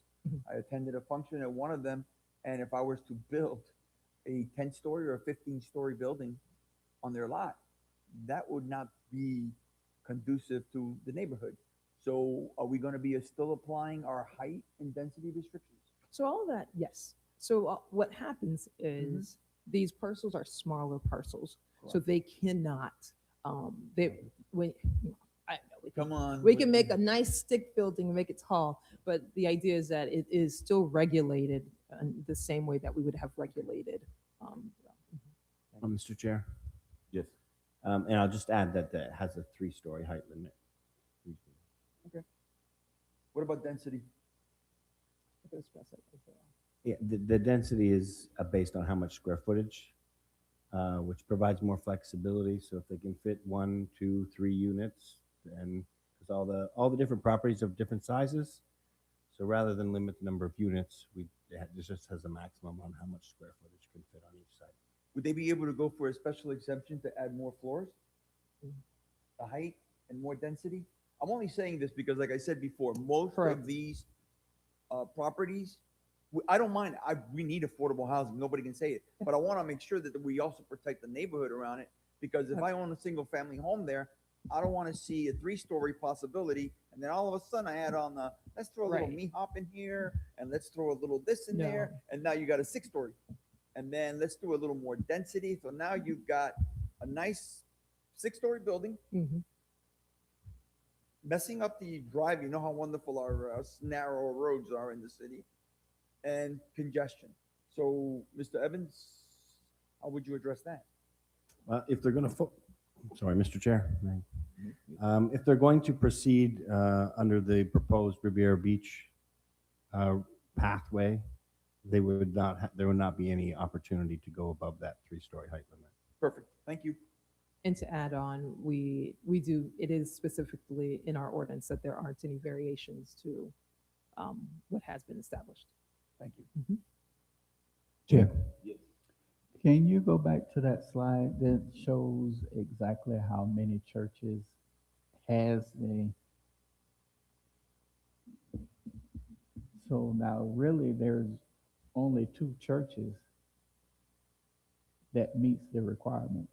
That meets the requirement to utilize this, the state mandate of 2026. Okay, and now the 8 you were referring to, what mandates do they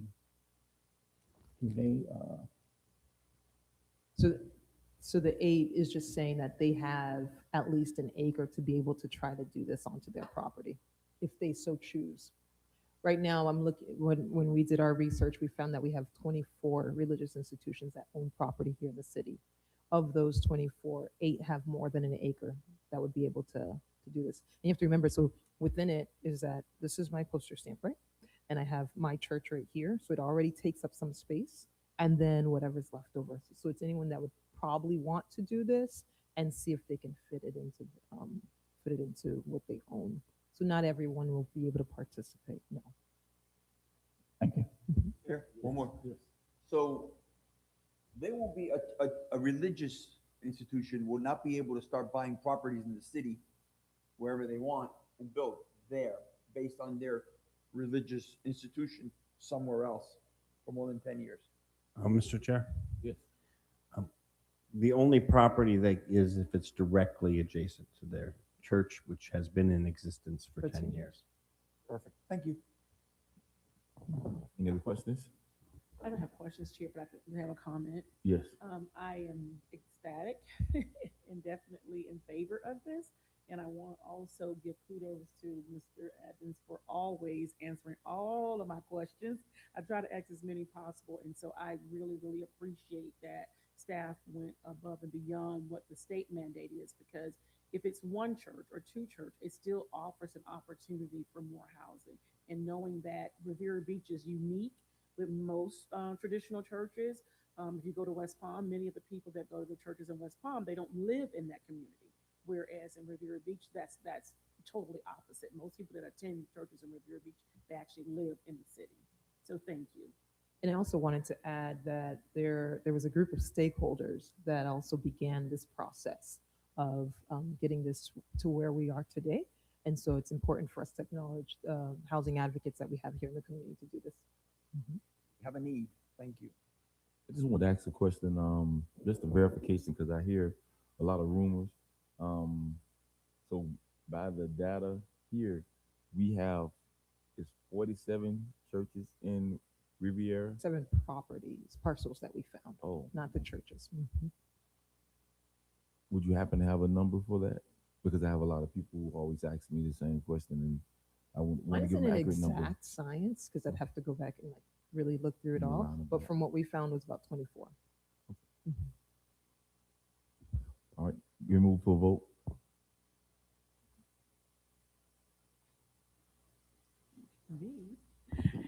Chair, I move that we accept the ordinance presented in regards to, wait a minute, let me get my look, my thing right.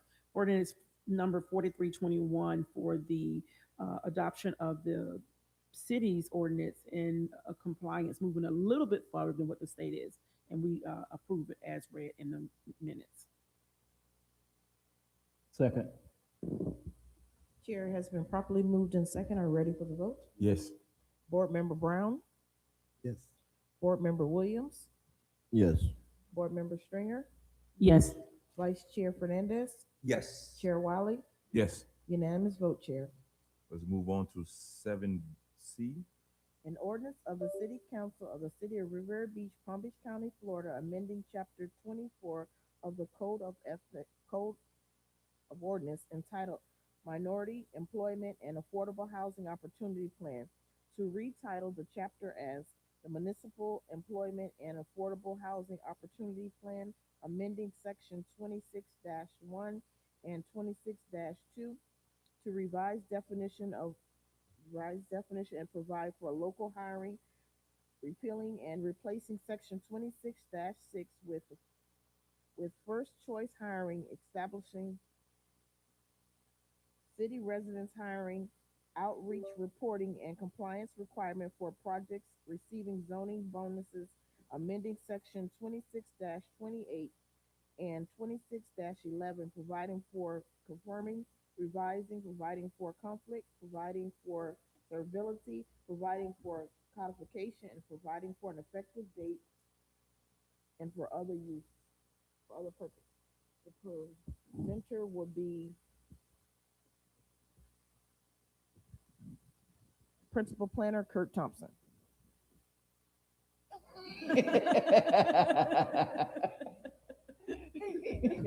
Sir, Chair, I stand corrected with that. The presenter will be Assistant Director Scott Evans.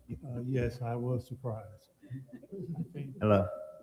I'm trying to set the thing up for Mr. Evans. Good evening, Scott Evans, Assistant Director of Development Services. This is an amendment to the Minority Employment and Affordable Housing Plan. With us tonight is Leah Gaines, who will go over the first choice program that we will be replacing the minority portion with. And although, and the reason that it's before you this evening is due to legal changes. So I would allow our attorney, Mr. Tracy, to briefly touch on that before we hear from our consultant, Ms. Leah Gaines. Mr. Chair, if I may. Yes. So Senate Bill 1134 was signed into law on April 23rd of this year by Governor Ron DeSantis. With the bill, it is going to effect on January 1st, 2027. They are ensuring that local municipalities do not take any official action that supports, endorses, and promotes diversity, equity, or inclusion from an official standpoint. As a result, we took a look at our existing MEHOP, as we refer to it, and we realized that in order to remain compliant with upcoming state statute in January, that we needed to make some changes. And so the staff undertook that with the assistance of consultant Ms. Gaines to ensure that we would remain compliant when the new year does come and that law goes into effect, and we continue doing business as a city in lock and step with the state enacted law.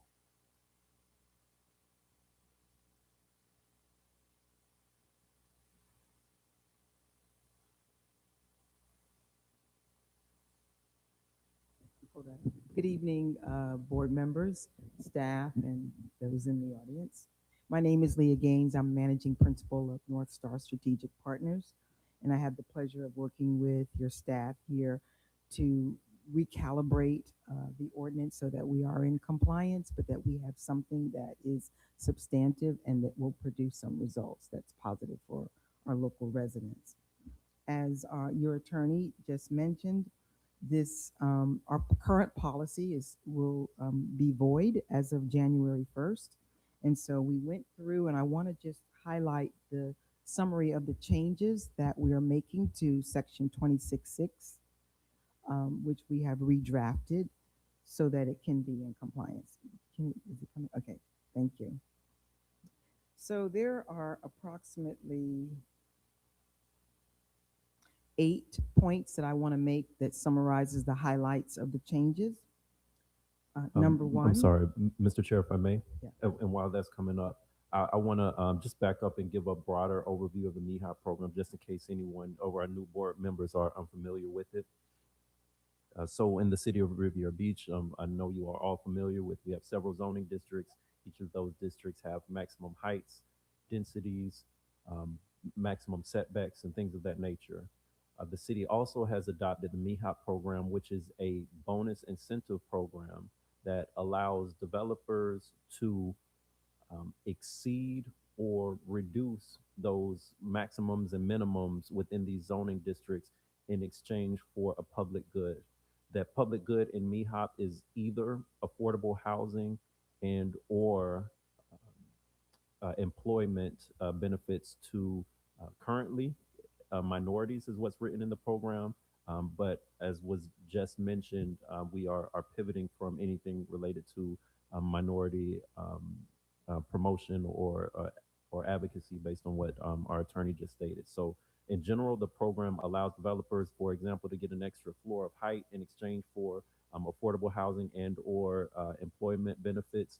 And that program has been on the books for the city of Riviera Beach for decades now, and used for multiple projects. And now we are recalibrating it so that it stays in compliance. So that's just a quick overview on what the MEHOP program is, how it currently functions. And now you'll hear about that minority component that's currently on the books, how we're proposing it being changed through Ms. Gaines. Thank you very much. So again, with the legal framework, this new ordinance is going to be, this modified ordinance will be replacing any race-conscious hiring provisions which were formerly included with outreach and referral procedures that will be tied to residency, not demographic classification. Again, as reference, it's anchored to the new Florida statute 287.05702 and Senate Bill 1134. And the city is positioning itself ahead of the January 1st, 2027 compliance deadline. These bonuses, this hiring it's first source actually, not first choice. This first source approach applies to every bonus category. It's cumulative, it's not substitutable, and it's satisfying another local participation requirement elsewhere in the chapter does not excuse compliance here. The beauty of this particular modification is that all notice and postings will run through the city's website and or city workforce partners, which the city will designate and recognize. Developers and contractors are barred from parallel channels during the time that the opportunities are being made available to local residents. So for example, they won't be able to go to job boards or other staffing agencies or post social media during the applicable periods. So that kind of closes that loophole. We did draft a two-track structure, one for non-construction hires, and we've allocated about a 15 business day first source period where the developers will be able to document that they have reviewed referral candidates from the city of Riviera Beach. Now, this does not completely apply to all positions. We had to allow some exemptions for specific confidential positions and some licensed positions as well. The second tier is on construction hires, and we were able to flow down the requirement from the developer to the general contractor for any construction opportunities that come out. And we are not going to be monitoring any hours worked or any labor hour targets. We're really going to be replacing percentages with process to drive outcomes here. So there will be no quotas, no numerical goals, no targets, but there will be documentation obligations, meaning that all of the applicants must review and account for all candidates that are referred to them. And that information will be provided back to the city of Riviera Beach. The residency will be determined by self-certification, not verification, and applicants will self-certify their residency, and it'll be audited through sample-based auditing by the city. But the audit results will never unwind any hiring decision. They'll just be forward-looking. And that's because if we were to validate and require proof of residency, it would slow the project down too much, and we would not be able to really meet any of the opportunities in advance of opening up these positions to the general public. Administrative efficiency, there will be development agreements and affirmative marketing plans in those agreements. So even if a developer stacks multiple bonuses, they will have to they will have to comply with this. And this is not a workaround. Am I correct, Mr. Sermons, on any affordable housing obligations either? That's correct. Okay. We're looking at enforcement, and these will be through quarterly reporting during active construction. Also, I wanted to point out that one thing that we've done is we've added a construction trades list for which all residents can register in ahead of any development projects moving forward. So once those projects do come online and notices are put forward in compliance with the first source hiring policies, those individuals will be notified promptly, and they'll be the first to be reviewed before they open up wider to other opportunities. These, there will be also some additional administrative guidelines that will be available to the developers that will be designed and approved by the city manager and or his designee. So we want to be able to have some specifics on how this will operate in an administrative guidebook, and that will be developed concurrently. So just want to talk briefly about how the city registration link will work. There'll be one central city-hosted registration point, not a separate portal per project or per developer. And any individual who visits the link, they self-certify the City of Riviera Beach residency on a standardized form. The form will run on an automated plausibility check based on their address, and it'll be validated against any city address or parcel database. Again, this is a very light touch. It's not a verification process. So once the individual passes the self-certification label, that person is now deemed a city referred candidate for a specific hire or trade opportunity that's registered. Now, non-residents can come through the city's portal. There's no way that we can stop that. But they won't receive the city referral candidate status from the city. So what you'll be doing is really developing a city residential pipeline for which all development applicants will need to review and actually make a decision on, verify that, and send that those reports back through to the city. Okay. For the contractors, we have not given the 15-day period as we have for the non-construction hires, and that's because of the nature of construction and also because it is a phased approach. But what developers and contractors will be doing is hosting events, and the administrative guidebook will probably be looking at a 3 to 5 day period for reviewing all city referral candidates at that time. This particular approach was benchmarked through national benchmarking and local benchmarking. We looked at several jurisdictions. We looked at Boston. We looked at Chicago. We looked at Seattle. We also looked at HUD Section 3 federal program. Washington, D.C. has a first source employment. All of these, most of these, though, have percentages, and so they are not falling under the Florida law, but they have percentage targets for, and some of them for race-based demographics. Miami-Dade and Palm Beach County have first source programs. They work through CareerSource. The beauty of yours is you will be working through your own workforce pipeline. The CareerSource pipelines, of course, are countywide applicants and pipelines. So with Miami-Dade, again, also their contractor notifies CareerSource, South Florida, of each vacancy, and then there's a good faith effort to fill a percentage of the employment needs in a 3 to 5 day referral period. So Riviera Beach is on a good position in that its window is a 15-day window. We feel that's a stronger opportunity for local people to get the information and a longer period of time for the developer or contractor to review the non-construction hires. We think that this particular approach is not administratively burdensome for the city. We wanted to make it, again, process focused and not percentage focused. And we feel that we've been able to do that and still meet the legal durability under SB 1134. They don't have this part. No, these are just my additional comments. Yes, yeah. So with that, I can take questions. I do have some I've drafted some anticipated questions and answers for you. If you don't have any questions, I can go over them. If not, this is really just I guess it's a updating to be in compliance, and we tried to be as creative as we could to make sure that we were driving outcomes that we wanted for jobs for our local residents. If you have any questions, I'll be happy to try to address them. Any questions, board? Ms. Fernandez? Oh, I'm sorry. Go ahead. No. Thank you, Chair. Thank you, Ms. Gaines, for this information, and thank you, staff, for making this happen.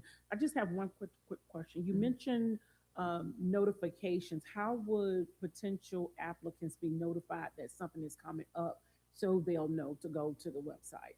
Yes, so we will be putting a construction trades list. Now, only when the projects come forward will we know that there will be specific projects, but on the construction trades list, we will already be compiling that information through the city. The notifications will come from the developers to the city, and the city will push those out to any registered vendors that have been on that list. Okay. Or individuals. So in regards to this new ordinance or compliance, how would residents know that this is taking place? I guess maybe that's a question for staff. Like, I what believe kind of- it's going to be on the website. The staff can answer that. Yes, Mr. Chair, if I may. Yes.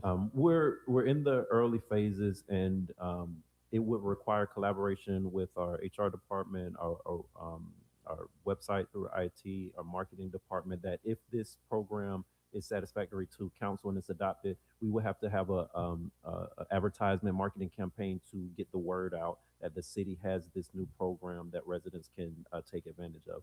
But we certainly have the tools already in the city to get the word out about any type of event or activity of the city. And so if and when this model is approved, we would make sure we undertake that and keep it keep renewing the information over time that, hey, reminder, this is a city sponsored link for employment opportunities to make sure it's a regular part of marketing for the city. Just follow churches when you guys are doing the outreach. Churches. That's and a great CRA. point.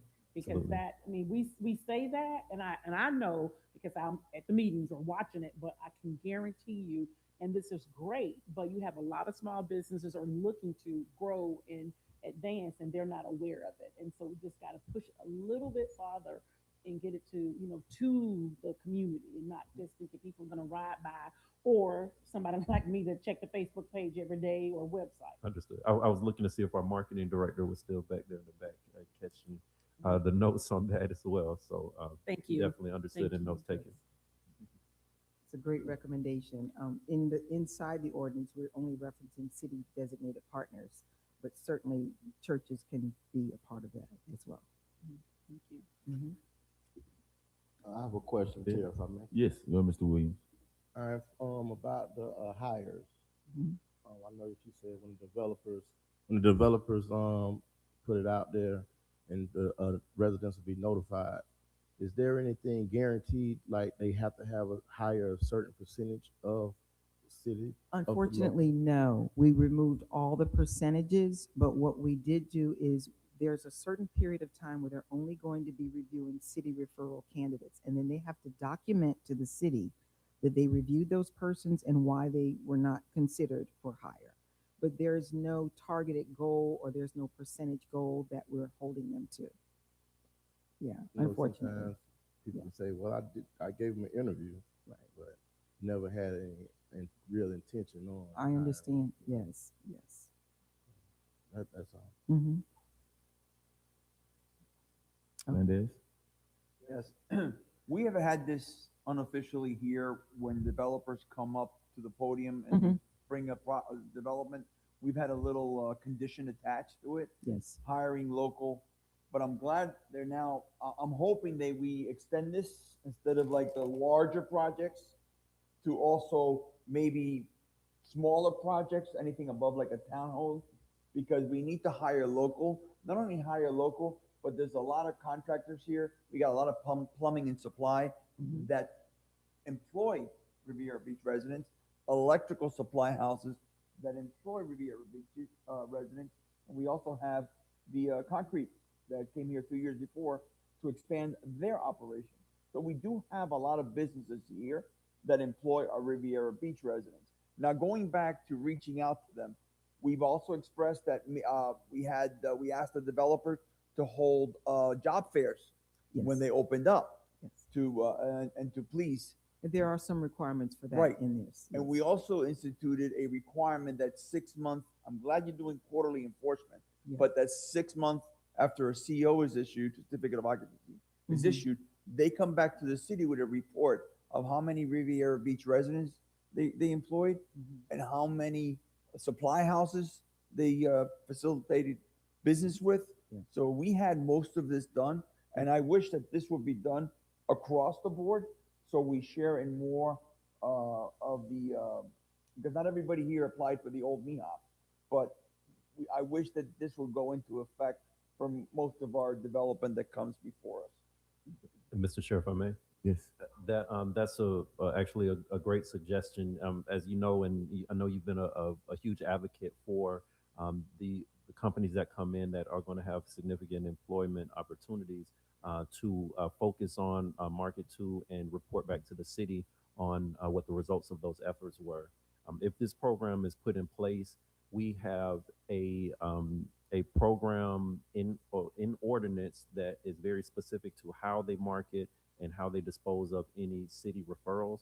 So in those cases, I think the question would be not just would you report back to us, but are you willing to participate in the Riviera Beach first source hiring program that has specific components, parameters, and reporting functions that could put significantly more teeth behind those comments, but also make them go through a developed pipeline through the city that already has communication and outreach to the residents. So I think if this is approved, it would be absolutely mandatory for anyone getting additional bonus development incentives from the city, but it could also be something that voluntarily we could request other development projects to participate in if they are willing to. So should we add this, an additional condition for other developers that do not go through this system, along with this for city council to review? In those situations, I believe when the project comes up, if they are open to it, it would be a condition added to their approval resolution saying that this project must participate in the first source hiring program, section 26-6. And I think there's a way in those situations for them to voluntarily be obligated to participate. In this language, I don't think it's necessary. I don't think it would be appropriate to connect projects outside of MIHOP in this ordinance, but a project that does come in could, by condition, be required to participate in the program. But in those cases, again, it would be voluntary.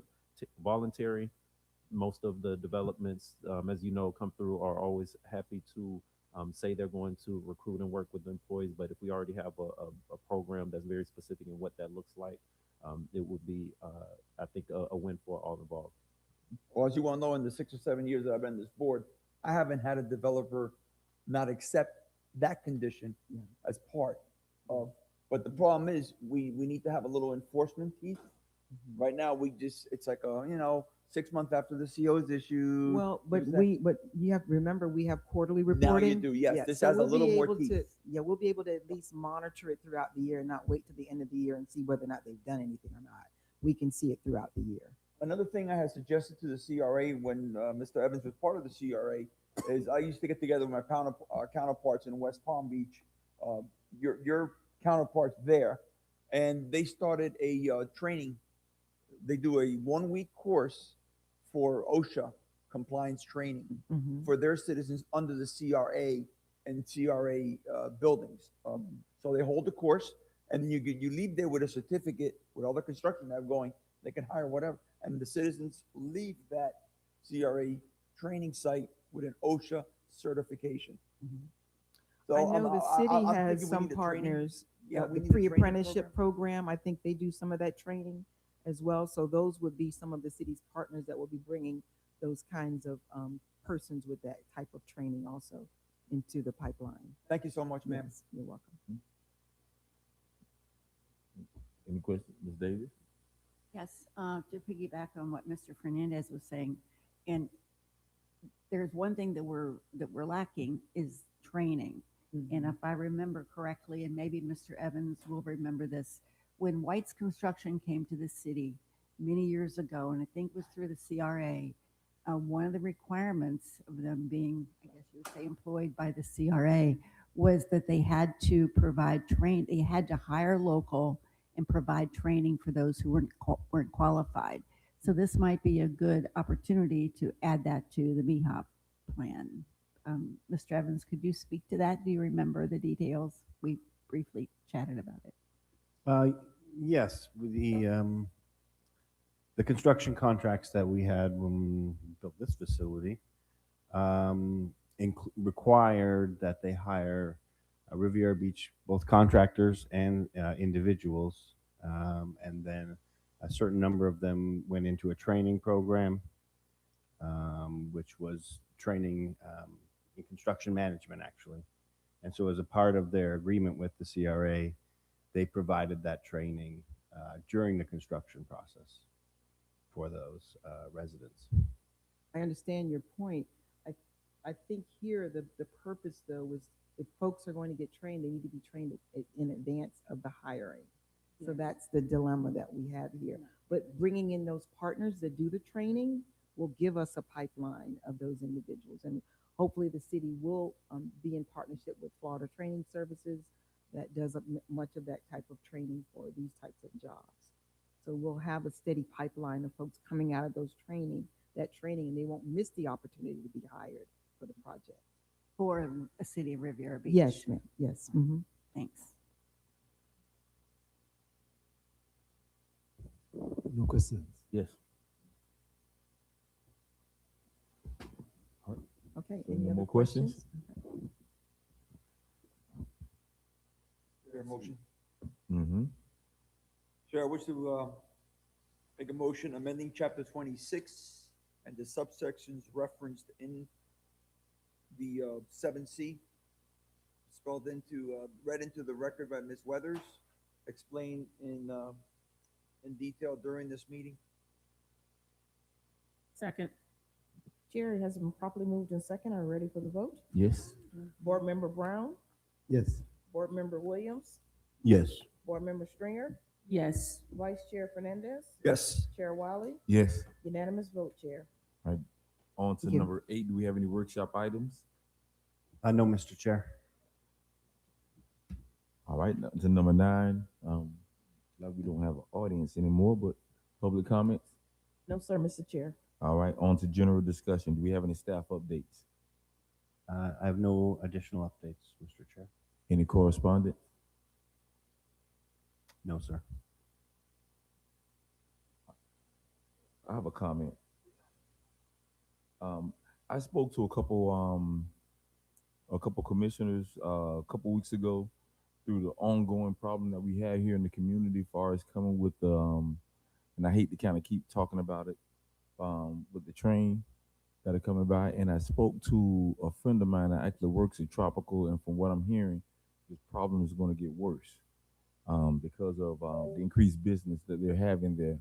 But one Saturday, I think approximately 8 o'clock, that train stayed there for almost 45 minutes to an hour, and cars, traffic, and with the way the city is building up and getting bigger and bigger, and how Broadway is getting more congested and travel back and forth, that I see this is going to be an ongoing problem. And I was wondering if it's anything, if I know we at the board of planning and zoning board possibly can't do anything about it, but at least let the city's voices be heard that there is something that can possibly be done, or something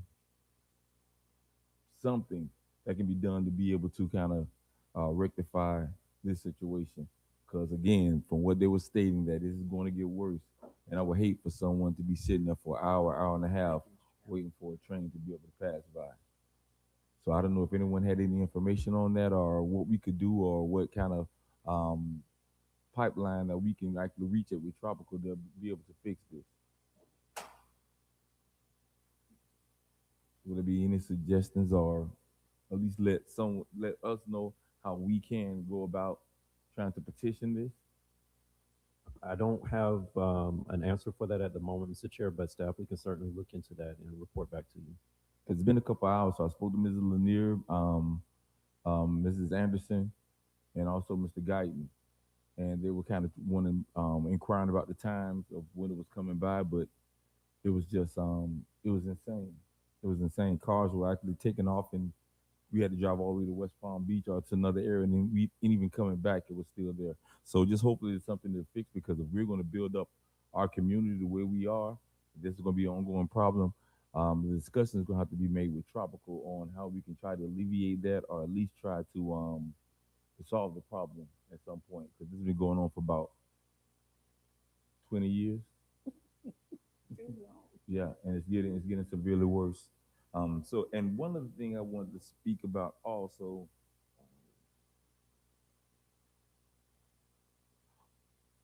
again, with the population that we have here, especially coming up with in Lake Park, where we have the Nautilus, and since we are already, I think we approved the building that's going to be right next to it in the Winn-Dixie Shopping Plaza. Another issue we're going to have with traffic, I think that the city of Riviera Beach and Lake Park need to get together as soon as possible and try to find a way that they're going to expand Silver Beach Road, because the issue we're going to have there also is that that train also comes back to that area to back that up also, and this is going to be ridiculous at some point in time, unless they find some way to expand that road as they did on the west side of Silver Beach Road, and come back on the east side and be able to actually do work there. So again, I don't know, it's nothing we can do here, but at least if the board, the commissioners, or someone is listening, they can at least make some adjustments to that, because when that building comes and that new volume comes in of people and vehicles and traffic, it's going to be a mess over there. And everything. So I don't know if anybody have any other suggestions or know any information that I may not know, but I just kind of want to make sure that that was brought to, because I'm getting phone calls about that, and it sounds like there's going to be a serious situation at some point in time unless we tackle it as soon as possible. So that's all I have. So I guess, yes. One of the residents actually had a meeting with some people at the Port of Palm Beach to discuss that very issue last year. I don't know what the outcome was, but I know their idea was to build some sort of his idea was to build a flyover. I stated that also. The same with, same that was done in West Palm, but right. It didn't get a lot of traction. No, I'm pretty sure it didn't. I'm pretty sure it didn't, because I stated the same thing. And that's basically going to pretty much, I mean, at one point in time, Mr. Fernandez, they saying something about having the tri-rail station come in that area at one point? It ain't happening. Vessels and trains will have a right away because they were here before the cars. That's the way they look at it. Right. So there's not much to be done, but something they can explore. Maybe deliveries later on in the evening or whatever. That's something between our city officials and commissioners and the mayor to get together with Port of Palm Beach and the Tropical Group and figure out a way that they can mediate the 45-minute wait they had the other night. Absolutely. You Absolutely. know, it just occurred to me too that the Port of Palm Beach is a separate taxing district. So if they would tax everyone in the county, including us, it wouldn't be as bad to build a flyover. It wouldn't be as impactful upon us. Absolutely. So we're going to see, since there are no more comments, the Planning and Zoning Board, do we have a date for the next meeting? Yes, Mr. Chair.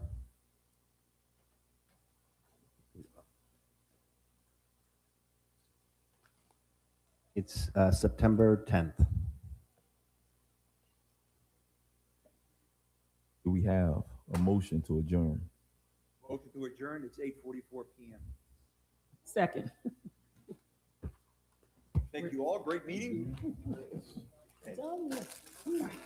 And I'm sitting here with stomach growling. Yeah, I was